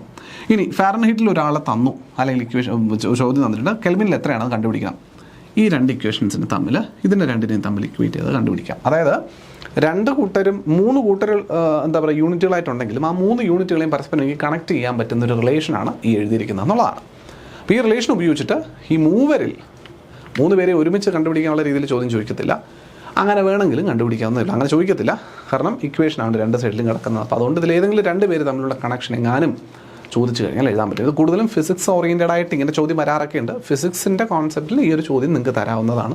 ഫിസിക്സിൽ ഹീറ്റ് എന്ന് പറയുന്ന ഒരു ചാപ്റ്റർ നമുക്ക് പഠിക്കാനുണ്ട്. അത് വെച്ചിട്ട് അതിലും ഈ ഒരു കാര്യം വരുന്നുണ്ട്, ഓവർലാപ്പ് വരുന്നുണ്ട്. ഇവിടുത്തെ കേസിലും ഇതിൻ്റെ ഒരു ഓവർലാപ്പ് നമുക്ക് പറയാവുന്നതേ ഉള്ളൂ. ഓക്കെ, അപ്പോൾ ഈ മിനിമം പറയുന്ന ടെമ്പറേച്ചറും മറ്റുമൊക്കെ കണ്ടെത്തുന്നത് നമ്മുടെ വാട്ടറിൻ്റെ ഫ്രീസിങ് പോയിൻറ്റും അതുപോലെ ബോയിലിംഗ് പോയിൻറ്റും ഒക്കെ ബേസ് ചെയ്തിട്ടാണ് കേട്ടോ. ഓരോ സ്കെയിലിലും വെള്ളം എപ്പോഴാണ് തിളയ്ക്കുന്നത്, വെള്ളം എത്രയിലാണ് തിളയ്ക്കുന്നതെന്നും എത്രയിലാണ് ഫ്രീസ് ആവുന്നതെന്നുള്ള കണ്ടുപിടിച്ചു. സെൽഷ്യസ് സ്കെയിലിൽ നോക്കിയപ്പോൾ 0-ൽ അത് ഫ്രീസായി, 100-ൽ അത് പിന്നെ തിളച്ചു. അതുപോലെ ഫാരൻഹീറ്റ് സ്കെയിലിൽ നോക്കിയപ്പോൾ ഇത്രയിലെന്നുള്ള രീതിയിൽ നമ്മൾ കണ്ടുപിടിച്ചിട്ടാണ് അതിനെ തമ്മിൽ ഇക്വേറ്റ് ചെയ്യാൻ ഒരു എംപെറിക്കൽ ഫോർമുലയൊക്കെ ഉണ്ട്. ആ ഫോർമുലയൊക്കെ വെച്ച് അതിനെ ഇക്വേറ്റ് ഒക്കെ ചെയ്തിട്ടാണ് ഈ ഒരു അവസാനത്തെ ഫോർമുലയിലേക്ക് എത്തിച്ചേരുന്നത്. എനിക്കാവും നമുക്കതൊന്നും വേണ്ട. ഈ ടെമ്പറേച്ചറിലെ ഏറ്റവും മാക്സിമം ടെമ്പറേച്ചറും മിനിമം ടെമ്പറേച്ചറും തമ്മിലുള്ള വ്യത്യാസത്തെ നമ്മൾ ഡയോണൽ ടെമ്പറേച്ചർ എന്ന് വിളിച്ചുവെങ്കിൽ ആവറേജ് ടെമ്പറേച്ചറിനെ കണക്കൂട്ടാം. അതിന് മീൻ ടെമ്പറേച്ചർ നമ്മൾ സൂചിപ്പിക്കും. അത് കണ്ടുപിടിക്കാൻ ഭയങ്കര എളുപ്പമാണ്. എന്താ, നിങ്ങൾക്ക് ഈ എല്ലാ സമയത്തെയും ടെമ്പറേച്ചറിൽ ഓരോന്ന് മെഷർ ചെയ്തിരിക്കേണ്ട ആവശ്യമൊന്നുമില്ല. Maximum temperature T max plus minimum temperature T minimum divided by 2 ചെയ്ത് കഴിഞ്ഞാൽ കിട്ടുന്നത് ടി ആവറേജ് ആയിരിക്കും. ഒരു ദിവസത്തെ ശരാശരി താപനില നമുക്ക് കണ്ടെത്താൻ ഇത്രയേ ഉള്ളൂ പരിപാടി. T max plus T minimum by 2 കണ്ടുപിടിക്കും, സുഖമായിട്ട് കണ്ടുപിടിക്കാം. ഓക്കെ അല്ലേ, ക്ലിയർ അല്ലേ? റൈറ്റ്. അപ്പോൾ ഇങ്ങനെ ഒരു പ്രദേശത്തിൻ്റെ താപനില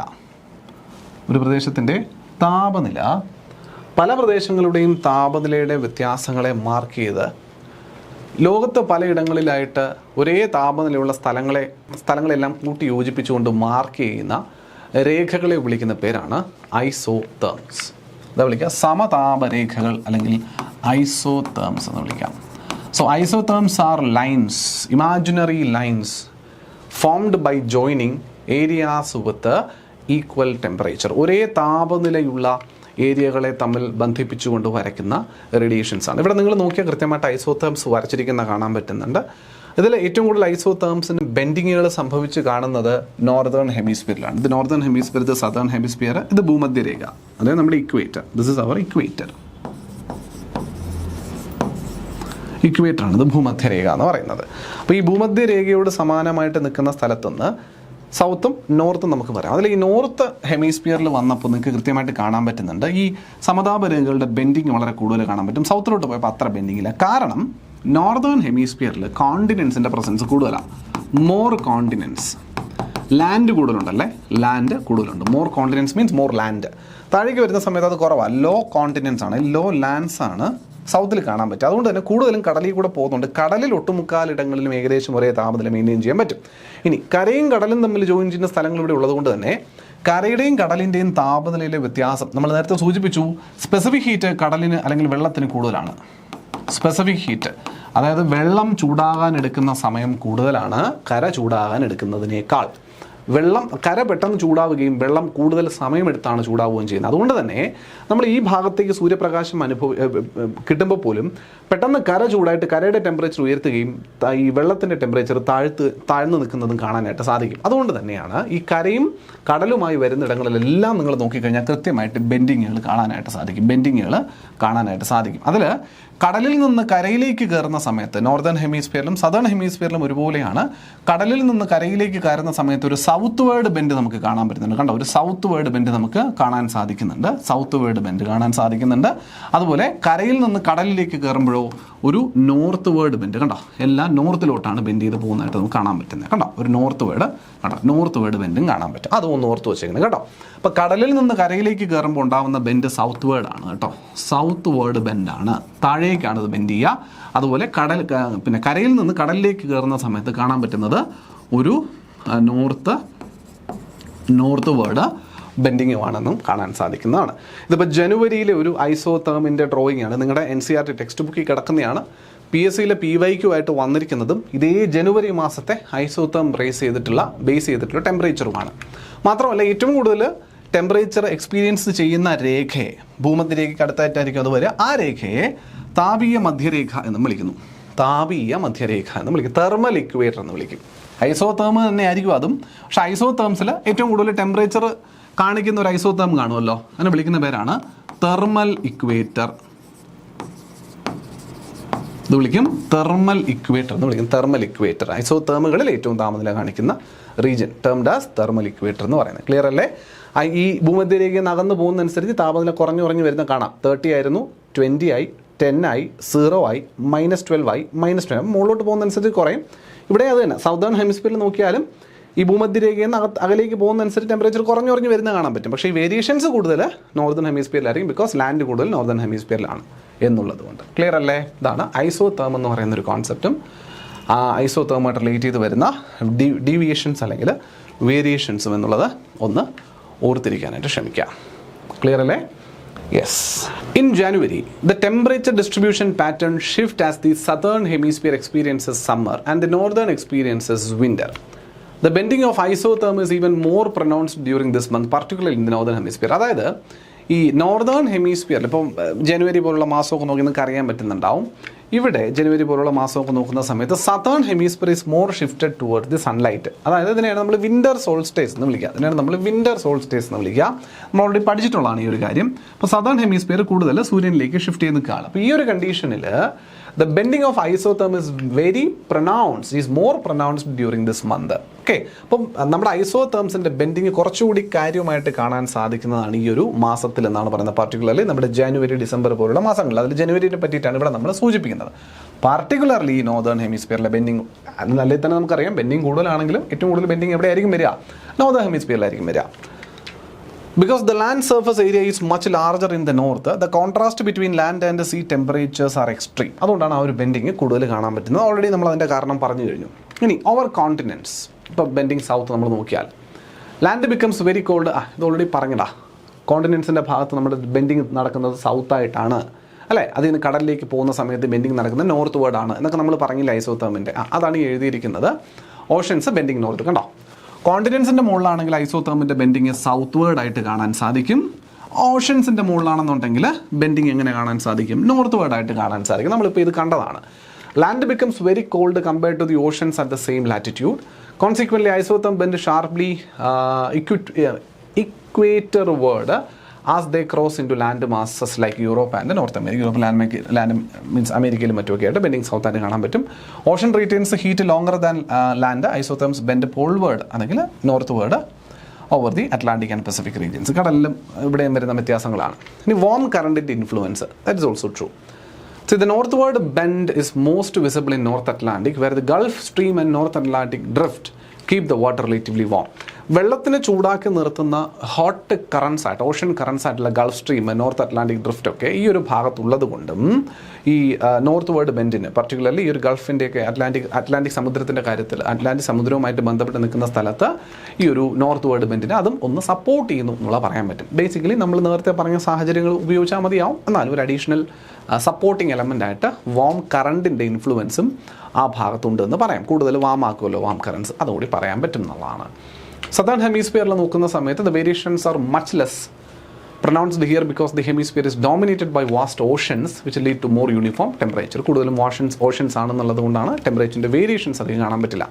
so isotherms tend to stay more parallel to the lines of latitude. കൂടുതലും ഈ പറയുന്ന പാരലായിട്ട് തന്നെ ഐസോംസ് പരസ്പരം പാരലായിട്ടും അതുപോലെ ലാറ്റിറ്റ്യൂഡ്സിനോട് പരസ്പരം പാരലായിട്ടും ഒക്കെ നിൽക്കുന്നതായിട്ടും കാണാൻ സാധിക്കും.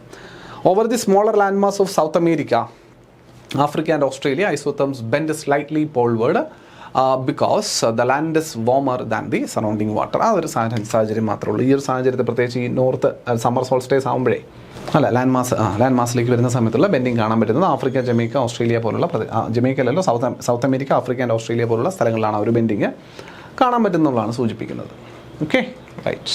In July, the temperature distribution pattern shift because the northern hemisphere is tilted towards the sun. July ആകുന്ന സമയത്ത് ഈ ടിൽറ്റിങ് നേരെ മാറുന്ന സമയത്ത് ഈ ഒരു ടെമ്പറേച്ചർ ഡിസ്ട്രിബ്യൂഷൻ പാറ്റേണിൽ മൊത്തത്തിലൊരു ട്രെൻഡ് വ്യത്യാസം ഉണ്ടാവും. So isotherm generally run parallel to the latitude but they bend when crossing the boundaries between land and water. Anyhow our land water connection വരുന്ന സമയത്ത് എന്തായാലും ബെൻഡിങ് സംഭവിക്കും. During summer land heats up much faster and to a higher temperature than the neighbouring oceans.